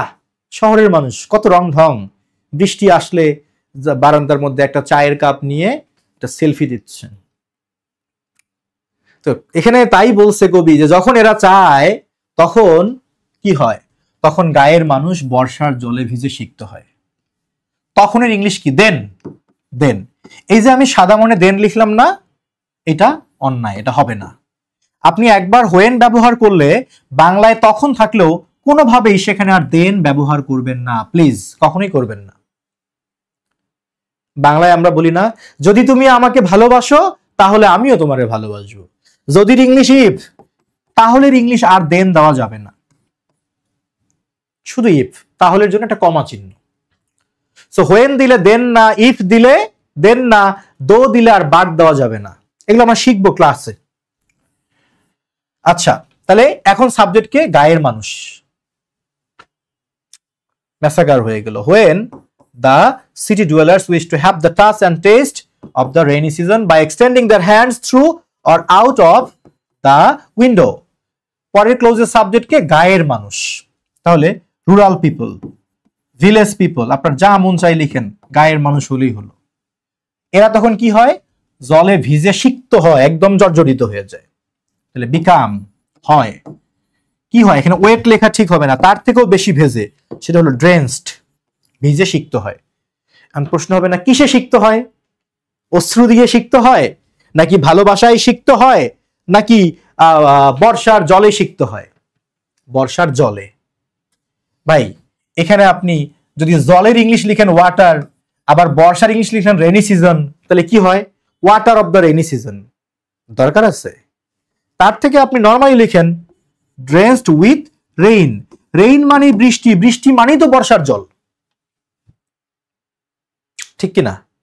আচ্ছা, তো হয়ে গেল বাক্যটা। তাহলে পুরো বাক্য perhaps when the city dwellers wish to have the touch and taste of the rainy season by extending their hands through the window, rural people become drenched with rain. আর একটা বাক্য হচ্ছে, মনোযোগ দেন। এখন কি বলছে? লাস্ট সেন্টেন্সটা দেখেন। তাদের কাছে বর্ষা যেমন আশীর্বাদ নিয়ে আসে। আমরা আগে এই অংশটুকু অনুবাদ করি, তারপরে পরেরটা পরে দেখব। এই যে যেমন, যেমনের জন্য কি? অ্যাজ। এবার সাবজেক্ট কে নিয়ে আসে আশীর্বাদ? বর্ষা, অ্যাজ দ্য রেইনি সিজন। এবার ভার্ব কোনটা ভাই? আসে, মানে কি? কামস, আসে। এবার নিয়ে, কি নিয়ে? উইথ, কি নিয়ে? আশীর্বাদ, ব্লেসিংস। লিখছি না? কিন্তু এটা খ্যাত মার্কা বাক্য হয়েছে ভাই। বাক্য হয়েছে, বাক্যটা ম্যাচিউর না, কাঁচা বাক্য। বর্ষার কি হাত আছে হাতের মধ্যে ব্যাগে করে আশীর্বাদ নিয়ে আসবে? না। আপনি এই সেন্টেন্সটা এভাবে চিন্তা করেন, বর্ষা তাদের কাছে আশীর্বাদ হয়ে হাজির হয়। বর্ষা যেমন তাদের কাছে আশীর্বাদ হয়ে হাজির হয়, সেই বর্ষায় আবার সবকিছু ভেসে নিয়ে যায়। ব্যাপারটা এখানে এরকম। তাহলে যদি আমরা এই বাক্যটা এভাবে না লিখি, as the rainy season appears before them like blessings, বর্ষা যেমন তাদের কাছে আশীর্বাদ হয়ে আসে, বলছে না? এখন পরের ক্লোজে বলছে তেমনি। এখানে তেমনির জন্য আর সো না দিলেও কোনো সমস্যা নেই, তবে দিতে পারেন, এই ক্ষেত্রে দিতে পারেন, যে বলেন না যেমন কর্ম তেমন ফল, কি as you sow so you কি রিপ, সেই হিসেবে আপনি তেমনির জন্য সো দিতেই পারেন। আচ্ছা, এবার কি বলছে? তেমনি অতি বর্ষণ ডেকে আনে। ধীরে ধীরে বুঝেন, এখানে ভার্ব কোনটা? ডেকে আনে। তাহলে কে ডেকে আনে? অতি বর্ষণ। তাহলে আমার সাবজেক্ট কিন্তু অতি বর্ষণ। তাহলে আমি আগে লিখলাম হেভি রেইনফল, অতি বর্ষণ। ভার্ব কি? ডেকে আনে। ভাই, বর্ষণ কি ডেকে আনে? জনজীবনে চরম দুর্ভোগ। এই দুর্ভোগ, আসো আসো আসো আসো, এভাবে ডাকে না। সো এখানে ডেকে আনে বলতে বোঝাচ্ছে সৃষ্টি করে। নর্মালি ডাকার ইংলিশ তো কল, কল ফর। এগুলো না লিখে আপনি এভাবে চিন্তা করেন, অতি বর্ষণ দুর্ভোগ সৃষ্টি করে, তাহলে কিন্তু সুন্দর হয়। কি ঠিক কি না? সুন্দর হয়। তাহলে হেভি রেইনফল ক্রিয়েটস, হ্যাঁ, জনজীবনে চরম দুর্ভোগ। তাহলে এটা ফ্রেজ না? যে কোনো ফ্রেজকে অনুবাদ করতে হয় পেছন থেকে। তাহলে চরম দুর্ভোগ, extreme sufferings, extreme sufferings in the জনজীবন, মানে ইন পাবলিক লাইফ। যে কোনো ফ্রেজ, অবজেক্ট, সাবজেক্ট যাই হোক, অনুবাদ হয় পেছন দিক থেকে। এই যে এটা সাবজেক্ট, এটা ভার্ব, এটা হলো অবজেক্ট, এই অবজেক্টকে পেছন থেকে অনুবাদ করলাম, কারণ এটা একটা ফ্রেজ। আগে চরম দুর্ভোগের ইংলিশ এক্সট্রিম সাফারিংস, তারপর জনজীবনে ইন পাবলিক লাইফ। তাহলে অতি বর্ষণের কাজ হলো দুর্ভোগ ডেকে আনা, এটা একটা কাজ। আরো কাজ আছে, দেখেন, জমির ফসল ভেসে যায়। তাহলে কে ভাষায় নিয়ে যায়? কে? ওই অতি বর্ষণী। এই ব্যাটাই দুইটা কাজ করছে, একটা হলো ডাইকা আনছে দুর্ভোগ, আর একটা হলো ভাষায় নিয়ে গেছে। তাহলে সাবজেক্ট কিন্তু একটাই। তাহলে আমি এখানে লিখলাম অ্যান্ড বা অ্যাজ ওয়েল অ্যাজ, আর কি করে? ভেসে যায় মানে ভাষায় নিয়ে যায়। আমি লিখতে পারি সুইপস অ্যাওয়ে, ভাষায় নিয়ে যায়। এবার একটা একটা করে ভাবেন, প্রথমে কি ভাষায় নিয়ে যায়? জমির ফসল। ফসল ভাষায় নেয়, জমি তো নেয় না, নেয় মানে জমি থেকে ফসল। তাহলে আমি লিখতে পারি ক্রপস ফ্রম ল্যান্ড, জমি থেকে ফসল। আচ্ছা, আর কি ভাষায় নিয়ে যায়? বসত বাড়িও ভাষায় নিয়ে যায়। হোম এস্টেটস, হাউস হোম না লিখে আপনি লিখবেন হোম এস্টেটস, বসত বাড়ি। আর কি ভাষায় নিয়ে যায়? গৃহপালিত পশু, লাইভ স্টক, অথবা ডোমেস্টিক অ্যানিমালস। আর কি? হালের গরু, মানে গরু ফর হাল, কাউস ফর প্লাউ, মানে কি হাল না, চাষ করা, প্লাউইং। ভাই আপনাকে এভাবে লিখতে হবে, ডাইরেক্ট হালের গরুর কোনো ইংলিশ হয় না নরমালি। কি লিখবেন? অক্স না, হালের গরু মানে যে গরু হালের জন্য ব্যবহার হয়, কাউস ফর প্লাউইং ইত্যাদির জন্য এটসেট্রা। তাহলে বাক্যটা ছিল তাদের কাছে বর্ষা যেমন আশীর্বাদ নিয়ে আসে, তেমনি অতি বর্ষণ ডেকে আনে জনজীবনে চরম দুর্ভোগ। জমির ফসল ভেসে যায় বসত বাড়ি, গৃহপালিত পশু, হালের গরু ইত্যাদি। ইংলিশ লিখেছি, as the rainy season appears before them like blessings, So heavy rainfall creates extreme sufferings in public life as well as sweeps away crops from land, home estates, livestock, cows for flowering, etc. etc. বর্ষা।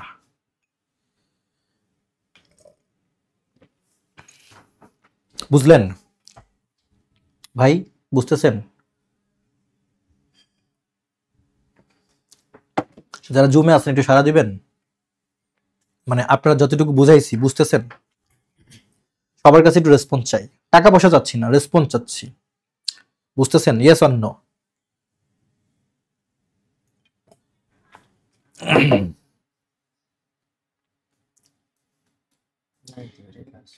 ওকে, এবার বুঝাইছি হ্যাঁ কেমন হবে, কিন্তু আমাদের প্রথম ক্লাসটা এটা হবে না। আমরা এখন কি পড়বো, এই কোর্সে আমরা কি শিখবো সব জানবো। এবার আসেন, এই যে আমরা এতক্ষণ ধরে যে লিখলাম, অনুবাদ করলাম, কে কোথায় আটকায় জানি না, কিন্তু আপনারা অনেকে আটকে গেছেন ওয়ার্ডে, ভোকাবুলারিতে, ঠিক কিনা? মূল কথা, ইংলিশ ফ্রি হ্যান্ড রাইটিং এ মাস্টারিং করতে হলে আপনার শিখতে হবে কি? ভোকাবুলারি। কেমন ভোকাবুলারি? এখন কি আপনি ডাক্তার স্যামুয়েল জনসন হয়ে যাবেন? ডক্টর স্যামুয়েল জনসনের মতো আপনি লেক্সিকোগ্রাফার হয়ে যাবেন? সম্ভব না, এখন সময় নেই। আপনাকে শিখতে হবে topic based words like climate change and natural calamities, মানে জলবায়ু, আবহাওয়া, পরিবেশ, প্রাকৃতিক দুর্যোগ, এই সব নিয়ে লিখতে গেলে কোন ওয়ার্ডগুলো লাগে তার একটা তালিকা আমরা আপনাকে দিব, প্রতি ক্লাসেই দিব। আপনারা এগুলো শিখবেন, এগুলো আপনারা সেন্টেন্সে প্রয়োগ করবেন, বাংলা ইংলিশ সহ দেয়া থাকবে। এরকম করে আপনাকে টপিক বেসড ওয়ার্ড শিখতে হবে ভোকাবুলারির জন্য এই মুহূর্তে। এটা কে দিবে? আমি দিব। ইএনজি লার্নিং দিবে, মানে আমরা দিব। আচ্ছা, কিভাবে দিব? পিডিএফ শিটে নেবেন। আর যদি আপনার মনে হয় যে না, আমার পিডিএফ শিট নিতে ভালো লাগে না, পিডিএফে আমি পড়তে চাই না, কোনো সমস্যা নেই, তখন আপনি আমার এই যে 0 to advance English free hand writing বইটা সংগ্রহ করবেন আলাদা পেমেন্ট করে। সেখানে গিয়ে আপনি সেম ওয়ার্ডে পাবেন, শুধু ওয়ার্ড না, আরো একটা মজার বিষয় থাকবে, সেটা হলো ওয়ার্ডগুলো বাক্যে প্রয়োগ করার জন্য আলাদা আলাদা টেক্সট থাকবে। মানে আপনি যে ওয়ার্ডগুলো শিখছেন এগুলো তো মনে থাকবে না, তখন আপনি কি করবেন? সেই ওয়ার্ডগুলো সেন্টেন্সে প্রয়োগ করবেন। যেমন ধরেন এই যে প্রথমে ওয়ার্ড দেওয়া আছে, এই ওয়ার্ডগুলো ব্যবহার করার পর বাম দিকে দেখেন বাংলা অনুচ্ছেদ আছে, ইংরেজি অনুবাদ আছে। আপনি বই থেকেও পড়তে পারেন, আপনার যা ভালো লাগে, হয় পিডিএফ না হলে বই, অথবা আপনি জেহেন থেকেই পড়েন। আপনাকে টপিক বেসড ভোকাবুলারি শিখতে হবে। আর যেটা করতে হবে, এস এর জন্য নোট করতে হবে। কিন্তু আপনি যদি আমাদের কোর্সে যুক্ত থাকেন, আলহামদুলিল্লাহ, আপনার হচ্ছে এই পেইনটা নিতে হবে না, এটা আমি নিব।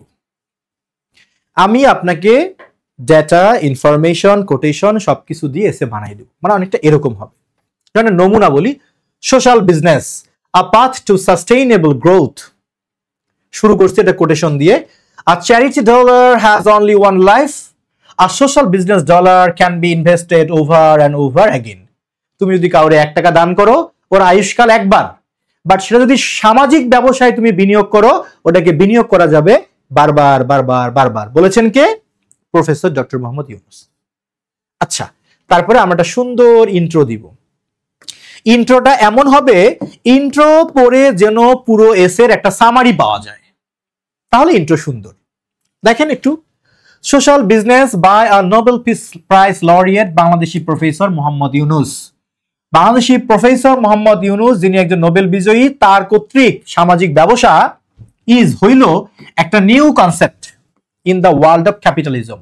এই পুঁজিবাদের বিশ্বে একটা নতুন ধারণা, যেখানে business is run for societies development, ব্যবসা পরিচালিত হয় সমাজের উন্নয়নের জন্য, ফর সোসাইটিজ পিপল, সমাজের মানুষের জন্য, without individuals or investors interest withdraw like capitalism. কিন্তু সেটা পুঁজিবাদের মতো করে মুনাফা অর্জনের লক্ষ্যে শুধু নয়, বরং পুঁজিবাদ ব্যবসায় পুঁজিবাদীরা কি করে? বিনিয়োগ করে লাভ ভোগ করে বিনিয়োগটাও তুলে নেয়, বাট এখানে লাভটা ভোগ করা যাবে না, প্রফিটটাকে রিইনভেস্ট করতে হবে। সেটাই বলছে, but reinvestment for the growth of business for social welfare, সমাজের মঙ্গলের জন্য সেই প্রফিটকে ব্যবসার গ্রোথের জন্য পুনরায় বিনিয়োগ করতে হবে। অ্যাট ফার্স্ট ভিউ, প্রথম দর্শনে সোশ্যাল বিজনেসকে মনে হতে পারে একটা ইউটোপিয়া, কাল্পনিক। এটা কি বাস্তব? আমি বিনিয়োগ করব কিন্তু প্রফিট নিতে পারবো না, এটা কি বাস্তব? কাল্পনিক মনে হতে পারে, বাট ইনডিড, কিন্তু প্রকৃতপক্ষে সোশ্যাল বিজনেস আসলে সমাজের মঙ্গলের জন্য ব্যবসা। অর্থাৎ ইন্ট্রোতে আমি সামাজিক ব্যবসার চ্যালেঞ্জ কি, সামাজিক ব্যবসার বৈশিষ্ট্য কি, সামাজিক ব্যবসা কনসেপ্টটা কার কাছ থেকে আসলো, সবই লিখছি মাত্র কয় বাক্যে? 2 বাক্যে। This is the power of making long sentence. সেটা আমরা আপনাকে শেখাবো যে আপনি কিভাবে একটা সেন্টেন্সকে লং করতে পারবেন, কিভাবে অ্যাপোজিটিভ ব্যবহার করবেন, কিভাবে ফ্রেজ ক্লোজ যোগ করে, কিভাবে পার্টিসিপল ব্যবহার করে সেন্টেন্সকে লং করবেন, এটা আমি শেখাবো। এর জন্য আলাদা ক্লাস আছে, the art of making long sentence. Intro দেওয়ার পর সোশ্যাল বিজনেসের ধরন কি, যখন আমরা আপনাকে পিডিএফ শিট দিব, এই প্রত্যেকটা অনুচ্ছেদের নিচে বাংলা থাকবে। স্লাইডে এগুলো নেওয়া খুব ঝামেলা, তাই দেখাইলাম না। এটার নিচে এর বাংলাটুকু থাকবে, প্রত্যেকটার বাংলা থাকবে। এগুলো আমরা আপনাকে রেডি করে দিব, আপনার কাজ শুধু এক নজর করে পড়া, এক নজর করে শুধু পড়া। সবকিছু রেডি থাকবে, যা যা ডেটা, ডিজিট, ইনফরমেশন, কোটেশন লাগে সবকিছু কে দিবে? রুবেল রানা। এখন আসেন, অনুবাদ তো আপনি শিখবেন, প্র্যাকটিস করতে হবে না? হ্যাঁ, প্র্যাকটিসও করলেন। আপনার বড় ভাই পরামর্শ দিচ্ছে, ভাইয়া তুমি বেশি বেশি প্র্যাকটিস করবা। হ্যাঁ ভাই ঠিক আছে, আমি প্র্যাকটিস করব। কিন্তু আপনি যা প্র্যাকটিস করছেন ওটা ভালো হয়েছে নাকি হয়নি বুঝবেন কেমনে? ঠিক করে বলছি কিনা বলেন? বুঝবেন আপনি কিভাবে? এটার জন্য আপনি আমার কোর্সে যুক্ত হলে আমরা আপনাকে একটা এক্সট্রা সার্ভিস দেব। সেটা কি? আমাদের একটা হোয়াটসঅ্যাপ গ্রুপ হবে। আপনি ভর্তি হওয়ার পর আপনাকে হোয়াটসঅ্যাপে যোগ করব। প্রতি ক্লাসেই কিছু না কিছু হোমওয়ার্ক থাকবে, যে ক্লাস যে টপিক তার উপরই হোমওয়ার্ক। সেটা আপনি সলভ করে ছবি তুলে হোয়াটসঅ্যাপ গ্রুপে দিবেন। আপনারা জানেন রিটেনের জন্য ক্লাস টেস্ট নেওয়া আসলে পসিবল হয় না, সেজন্য প্রতি ক্লাসে হোমওয়ার্ক থাকবে। আজকে একটা আমি অনুচ্ছেদ অনুবাদ করাইলাম, এরকম একটা অনুচ্ছেদ দিব, আপনি অনুবাদ করবেন, করে গ্রুপের মধ্যে সাবমিট করবেন। সেটা আমি আমার মতো করে আপনাকে ফিডব্যাক দিব। এই কাজটা আমরা করব।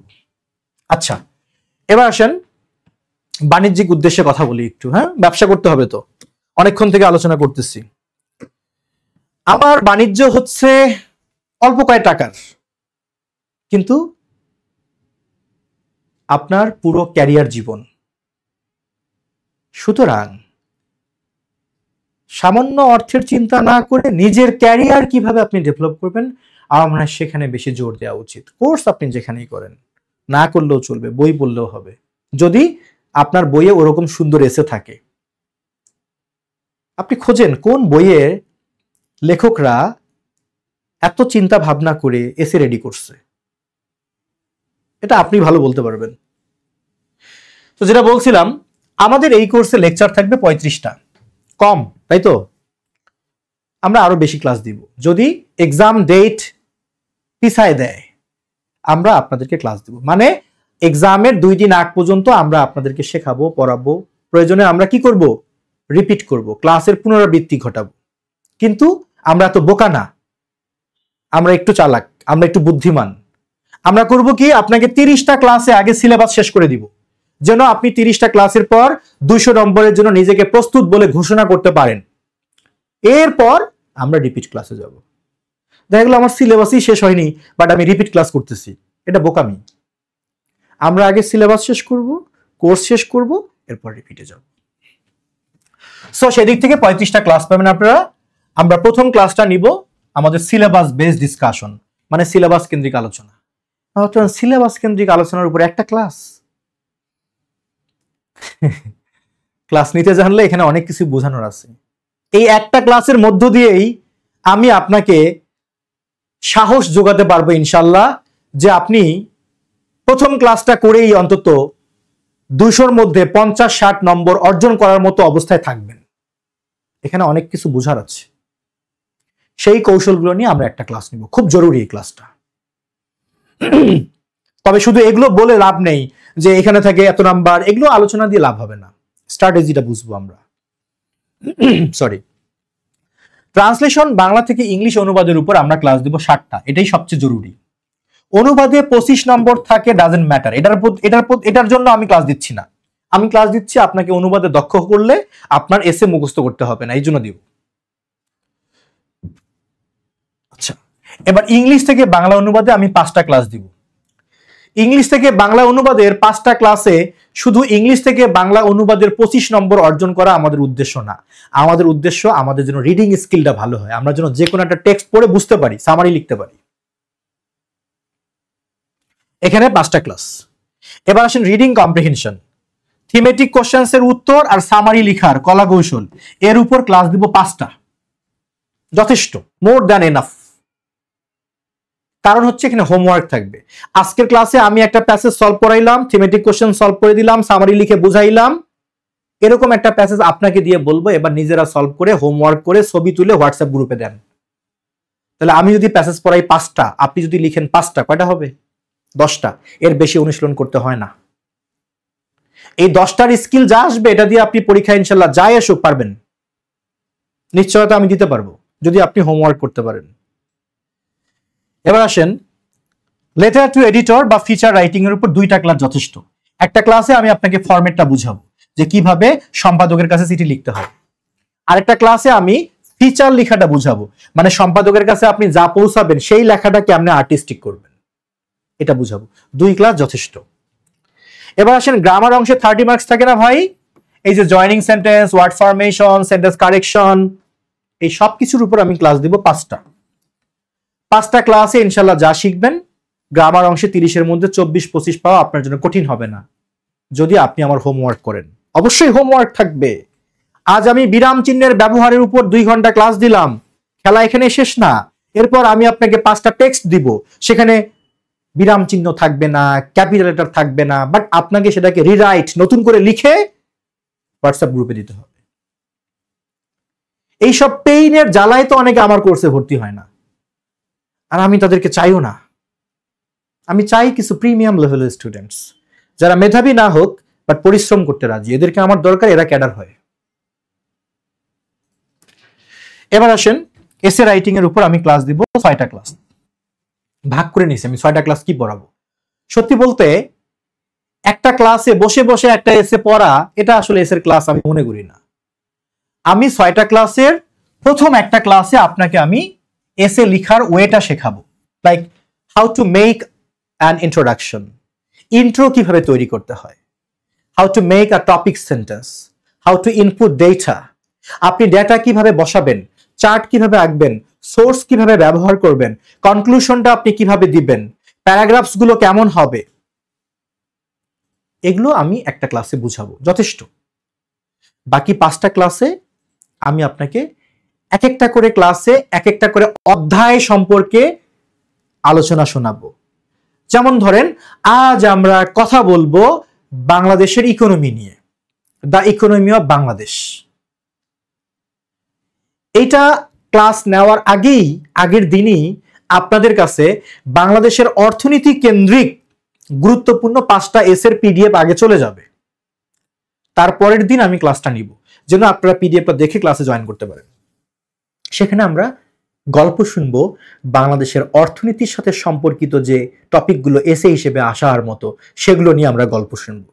যেমন বাংলাদেশের রেমিটেন্সের গুরুত্ব সম্পর্কে আমরা একটা এসে লিখলাম, সে সিগনিফিকেন্স অফ রেমিটেন্স। আগে আপনাকে পিডিএফ শিট দিব, সেগুলো দেখে ক্লাসে আসবেন।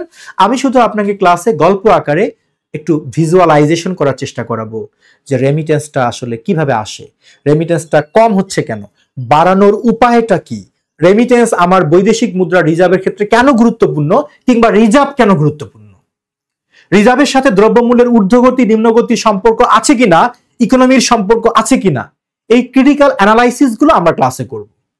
এটা ক্লাস। আমি একটা এসে লিখে নিয়ে আসলাম, আপনাকে ধরে লাইন বাই লাইন পড়াইলাম, পুরা 2 ঘন্টায় আমি একটা এসে শেষ করলাম।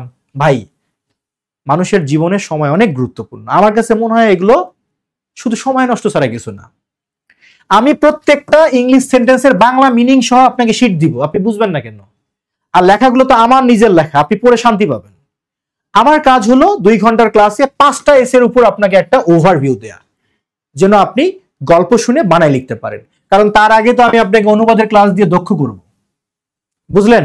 এভাবে আমি 5টা চ্যাপ্টারে আপনাদেরকে কমপক্ষে 20 থেকে 25টা এসের শীট দিব, নিজের নোট করা প্লাস কমপ্লিট আইডিয়া দিব। এবার আসেন, শেষে আপনাকে আমি সলভ ক্লাস দিব 3টা। এই সলভ ক্লাসে আমরা আসলে কি করব, তাই তো? শুনেন, সলভ ক্লাস মানে অন্যদের মতো সলভ ক্লাস না। একটা সলভ ক্লাস দিব, আপনারা শুধু যা যা মন চায় জিগাবেন আমারে, আমি উত্তর দেওয়ার চেষ্টা করব। আর 2টা সলভ ক্লাস হবে এরকম, মূলত এই সলভ ক্লাস 2টা 3 ঘন্টা করে ক্লাস হবে। একটা বিগত বছরের বিসিএস লিখিত পরীক্ষার ইংরেজি প্রশ্ন নিয়ে আসবো বোর্ডে, এই একদিকে থাকবে প্রশ্ন, আরেকদিকে আমি নিজে পরীক্ষার্থী হয়ে উত্তর লিখব। আর আপনারা দর্শক হয়ে উপভোগ করবেন যে একজন পরীক্ষার্থী পরীক্ষার খাতায় কিভাবে আদর্শ উত্তরটা লিখতে হয়। এখানে থিমেটিক কোশ্চেন থাকবে, আমি আপনাকে বুঝাবো যে দেখো এই প্রশ্নের উত্তরটা এইভাবে লেখা উচিত। আপনি যেন ফিল করতে পারেন যে একজন পরীক্ষার্থীর কিভাবে প্রেজেন্টেশনটা রেডি করা উচিত। এরকম ক্লাস দিব 2টা। এই হচ্ছে আমার সলভ ক্লাস। সব মিলিয়ে ক্লাস হলো কয়টা? 35টা। তবে আমার ইচ্ছা আছে আরো ক্লাস দেওয়ার, যদি পরীক্ষা পিছায় সময় পাই আমি ক্লাস দিব। সপ্তাহে 3 দিন করে ক্লাস হবে। হ্যাঁ, 3 দিন করে ক্লাস হবে। শুক্রবার, শনিবার আর হচ্ছে সোমবার ক্লাসগুলো হবে রাত 10টায় করে। শুক্র, শনি, সোম রাত 10টায় ক্লাস হবে। ক্লাস হবে কিসে? জুম লাইভ ক্লাস হবে। হ্যাঁ, আর ক্লাসগুলো রেকর্ড থাকবে আজীবন। আজীবন রেকর্ড থাকবে, মানে আপনি আজীবন এই ক্লাসগুলো দেখতে পারবেন। শুধু তাই না, আপনি যতবার ইচ্ছা ততবার ক্লাসগুলো দেখতে পারবেন। এই সুযোগটা আমরা রাখছি কারণ আমরা জানি পরীক্ষা দিলেই সবাই জব পায় না। সো আপনার জব না পাওয়া অবধির জন্য আপনি দেখতে পান। আর আমরা প্রতিটা লেকচারের জন্য পিডিএফ শিট দিয়ে দিব। আপনি পিডিএফ শিট প্রিন্ট করতে ঝামেলা না চাইলে আপনি আমার বই নিতে পারেন। তবে বলে রাখি, আমার বইয়ের সাথে কোনো কোর্সের সম্পর্ক নাই। আপনি মন চাইলে আমার বই কিনেন, না চাইলে নাই, ডাজন্ট ম্যাটার। আমি আমার কোর্সে যা প্রয়োজন সেগুলো আপনাকে সরবরাহ করব এবং করতে বাধ্য। বই অপশনাল। আমার এত বইও নাই, অল্প কটা বই আছে। কেউ ইচ্ছা করে চাইলে ফোন দিলে আমরা তাও 2-3 বার ফোন টোন যখন দেয় তখন আমরাও দিয়ে দিই। সো আমার কোর্সে আসলে কি থাকবে, আমি কিভাবে পড়াবো, কিভাবে শেখাবো সবই বুঝাইলাম, আপনারা সবাই বুঝে গেছেন। এবার আসি কোর্স ফি সম্পর্কে বলি। হ্যাঁ, কোর্স ফি বাংলাদেশের অনলাইন এখন অনেক সস্তা হয়ে গেছে। এই যেগুলো ক্লাস সব থাকবে সস্তা হওয়ার ফলে এখন অনলাইনে 999 টাকা, 203 টাকা, 400 টাকা, 500 টাকা কিংবা শুধু 99 টাকায়ও অনেক চুরি করা কোর্সও পাওয়া যায়। কিন্তু আপনারা বিশ্বাস না করলেও আমি মনে করি শিক্ষককে বাঁচিয়ে রাখার জন্য হলো ন্যূনতম একটা ফি দিয়ে, একটা সম্মানী দিয়ে শেখা উচিত। তা না হলে শীঘ্রই বাংলাদেশে এমন সময় আসবে শিক্ষক পাবেন না, পাবো না আমরা। কারণ কেউ শিক্ষকতা করবে না। কেন করবে? কেন করবে? সে তো বাঁচতেই পারবে না।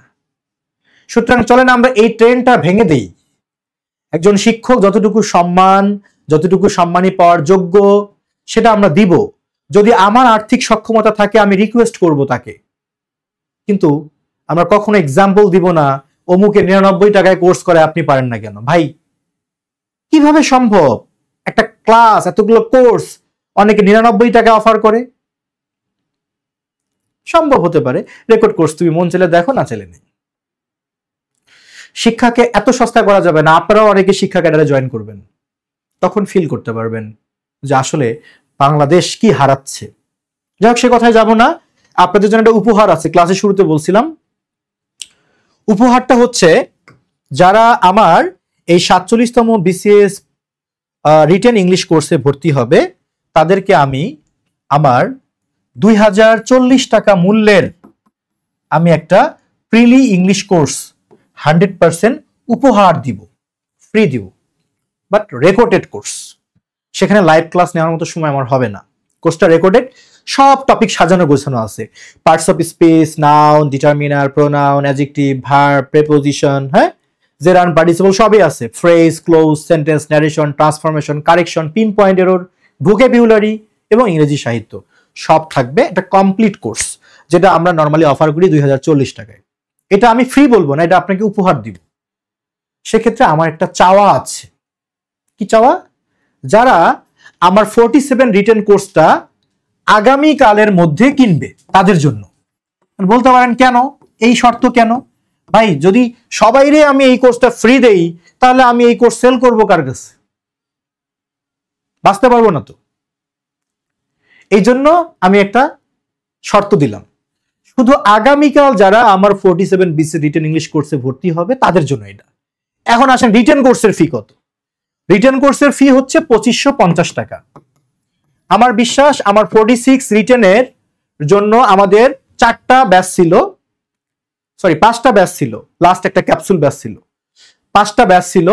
আমার ইচ্ছা আছে আমার 47 রিটেনের জন্য কমপক্ষে 3টা ব্যাচ হবে ইনশাল্লাহ, কারণ সময় কম, 3টা হবে। সো প্রথম ব্যাচে যারা জয়েন করবে তাদেরকে আমরা 2550 না, তাদেরকে আমরা 1530 টাকায় ভর্তি নিব, ফিক্সড ডিসকাউন্ট, আফটার ডিসকাউন্ট 1530। এখানে আর 30 টাকাও কম হবে না, কারণ এখানে আমরা একটা লম্বা একটা ডিসকাউন্ট দিয়ে দিছি, দেওয়ার পর আর এখানে কোনো আবেদন থাকে না।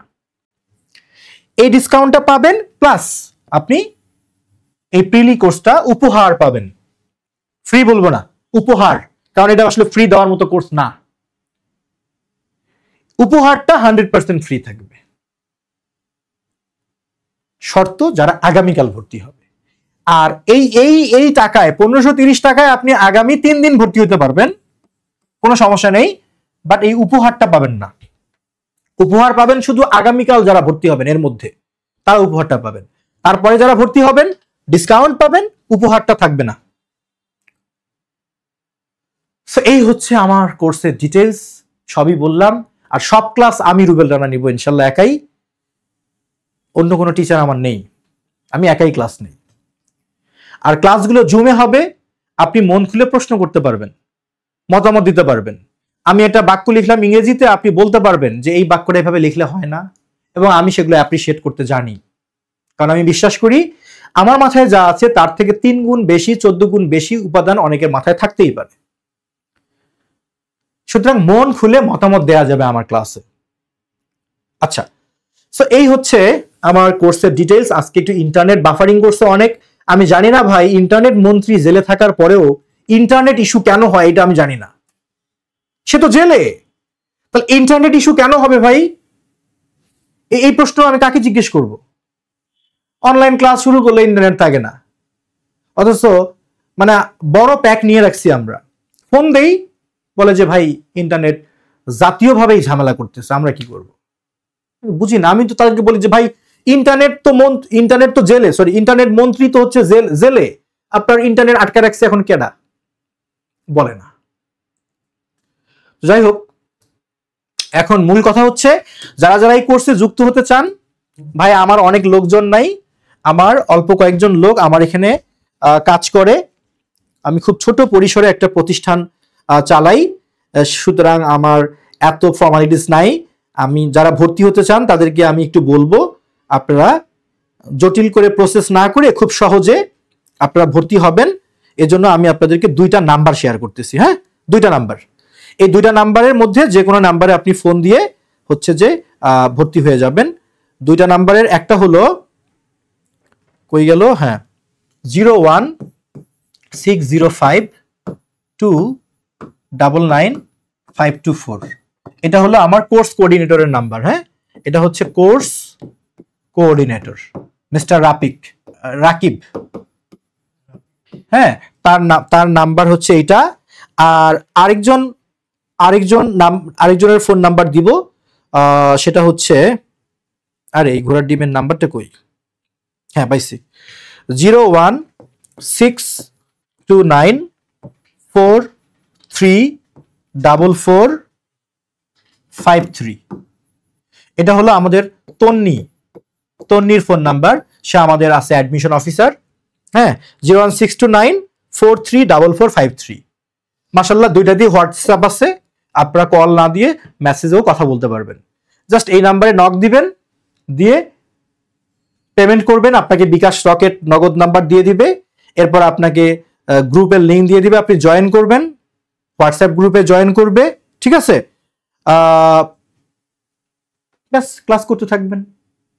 এই এখন বলেন আপনাদের পক্ষ থেকে কোনো প্রশ্ন থাকলে আপনারা আমারে সুন্দর করে জিজ্ঞেস করতে পারেন। আমি চেষ্টা করছি যেন আপনাদের প্রশ্ন না থাকে, তারপরও কারো কোনো প্রশ্ন থাকলে চ্যাট বক্সে কিংবা কমেন্ট বক্সে আপনাদের যা যেখানে মন চায় প্রশ্ন জিজ্ঞেস করেন।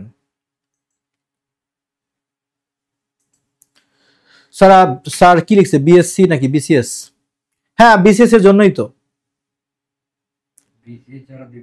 উপহারটা কি না, উপহারটা হলো যারা আমার 47 বিসিএস রিটেন ইংলিশ কোর্সে ভর্তি হবে তাদেরকে আমার 2040 টাকা সমমূল্যের একটা প্রিলি ইংলিশ কোর্স আজীবনের জন্য ফ্রি করে দিব উপহার হিসেবে। এটাই ছিল উপহার। আর আমাদের রিটেন কোর্সের ফি হচ্ছে 2550 টাকা, কিন্তু আমরা এটাকে কেটে দিয়ে আগামী 3 দিনের জন্য ফি দিচ্ছি 1530 টাকায়। একদিকে আর্থিক ডিসকাউন্ট, অন্যদিকে উপহার। না নিয়ে যাবে কই না?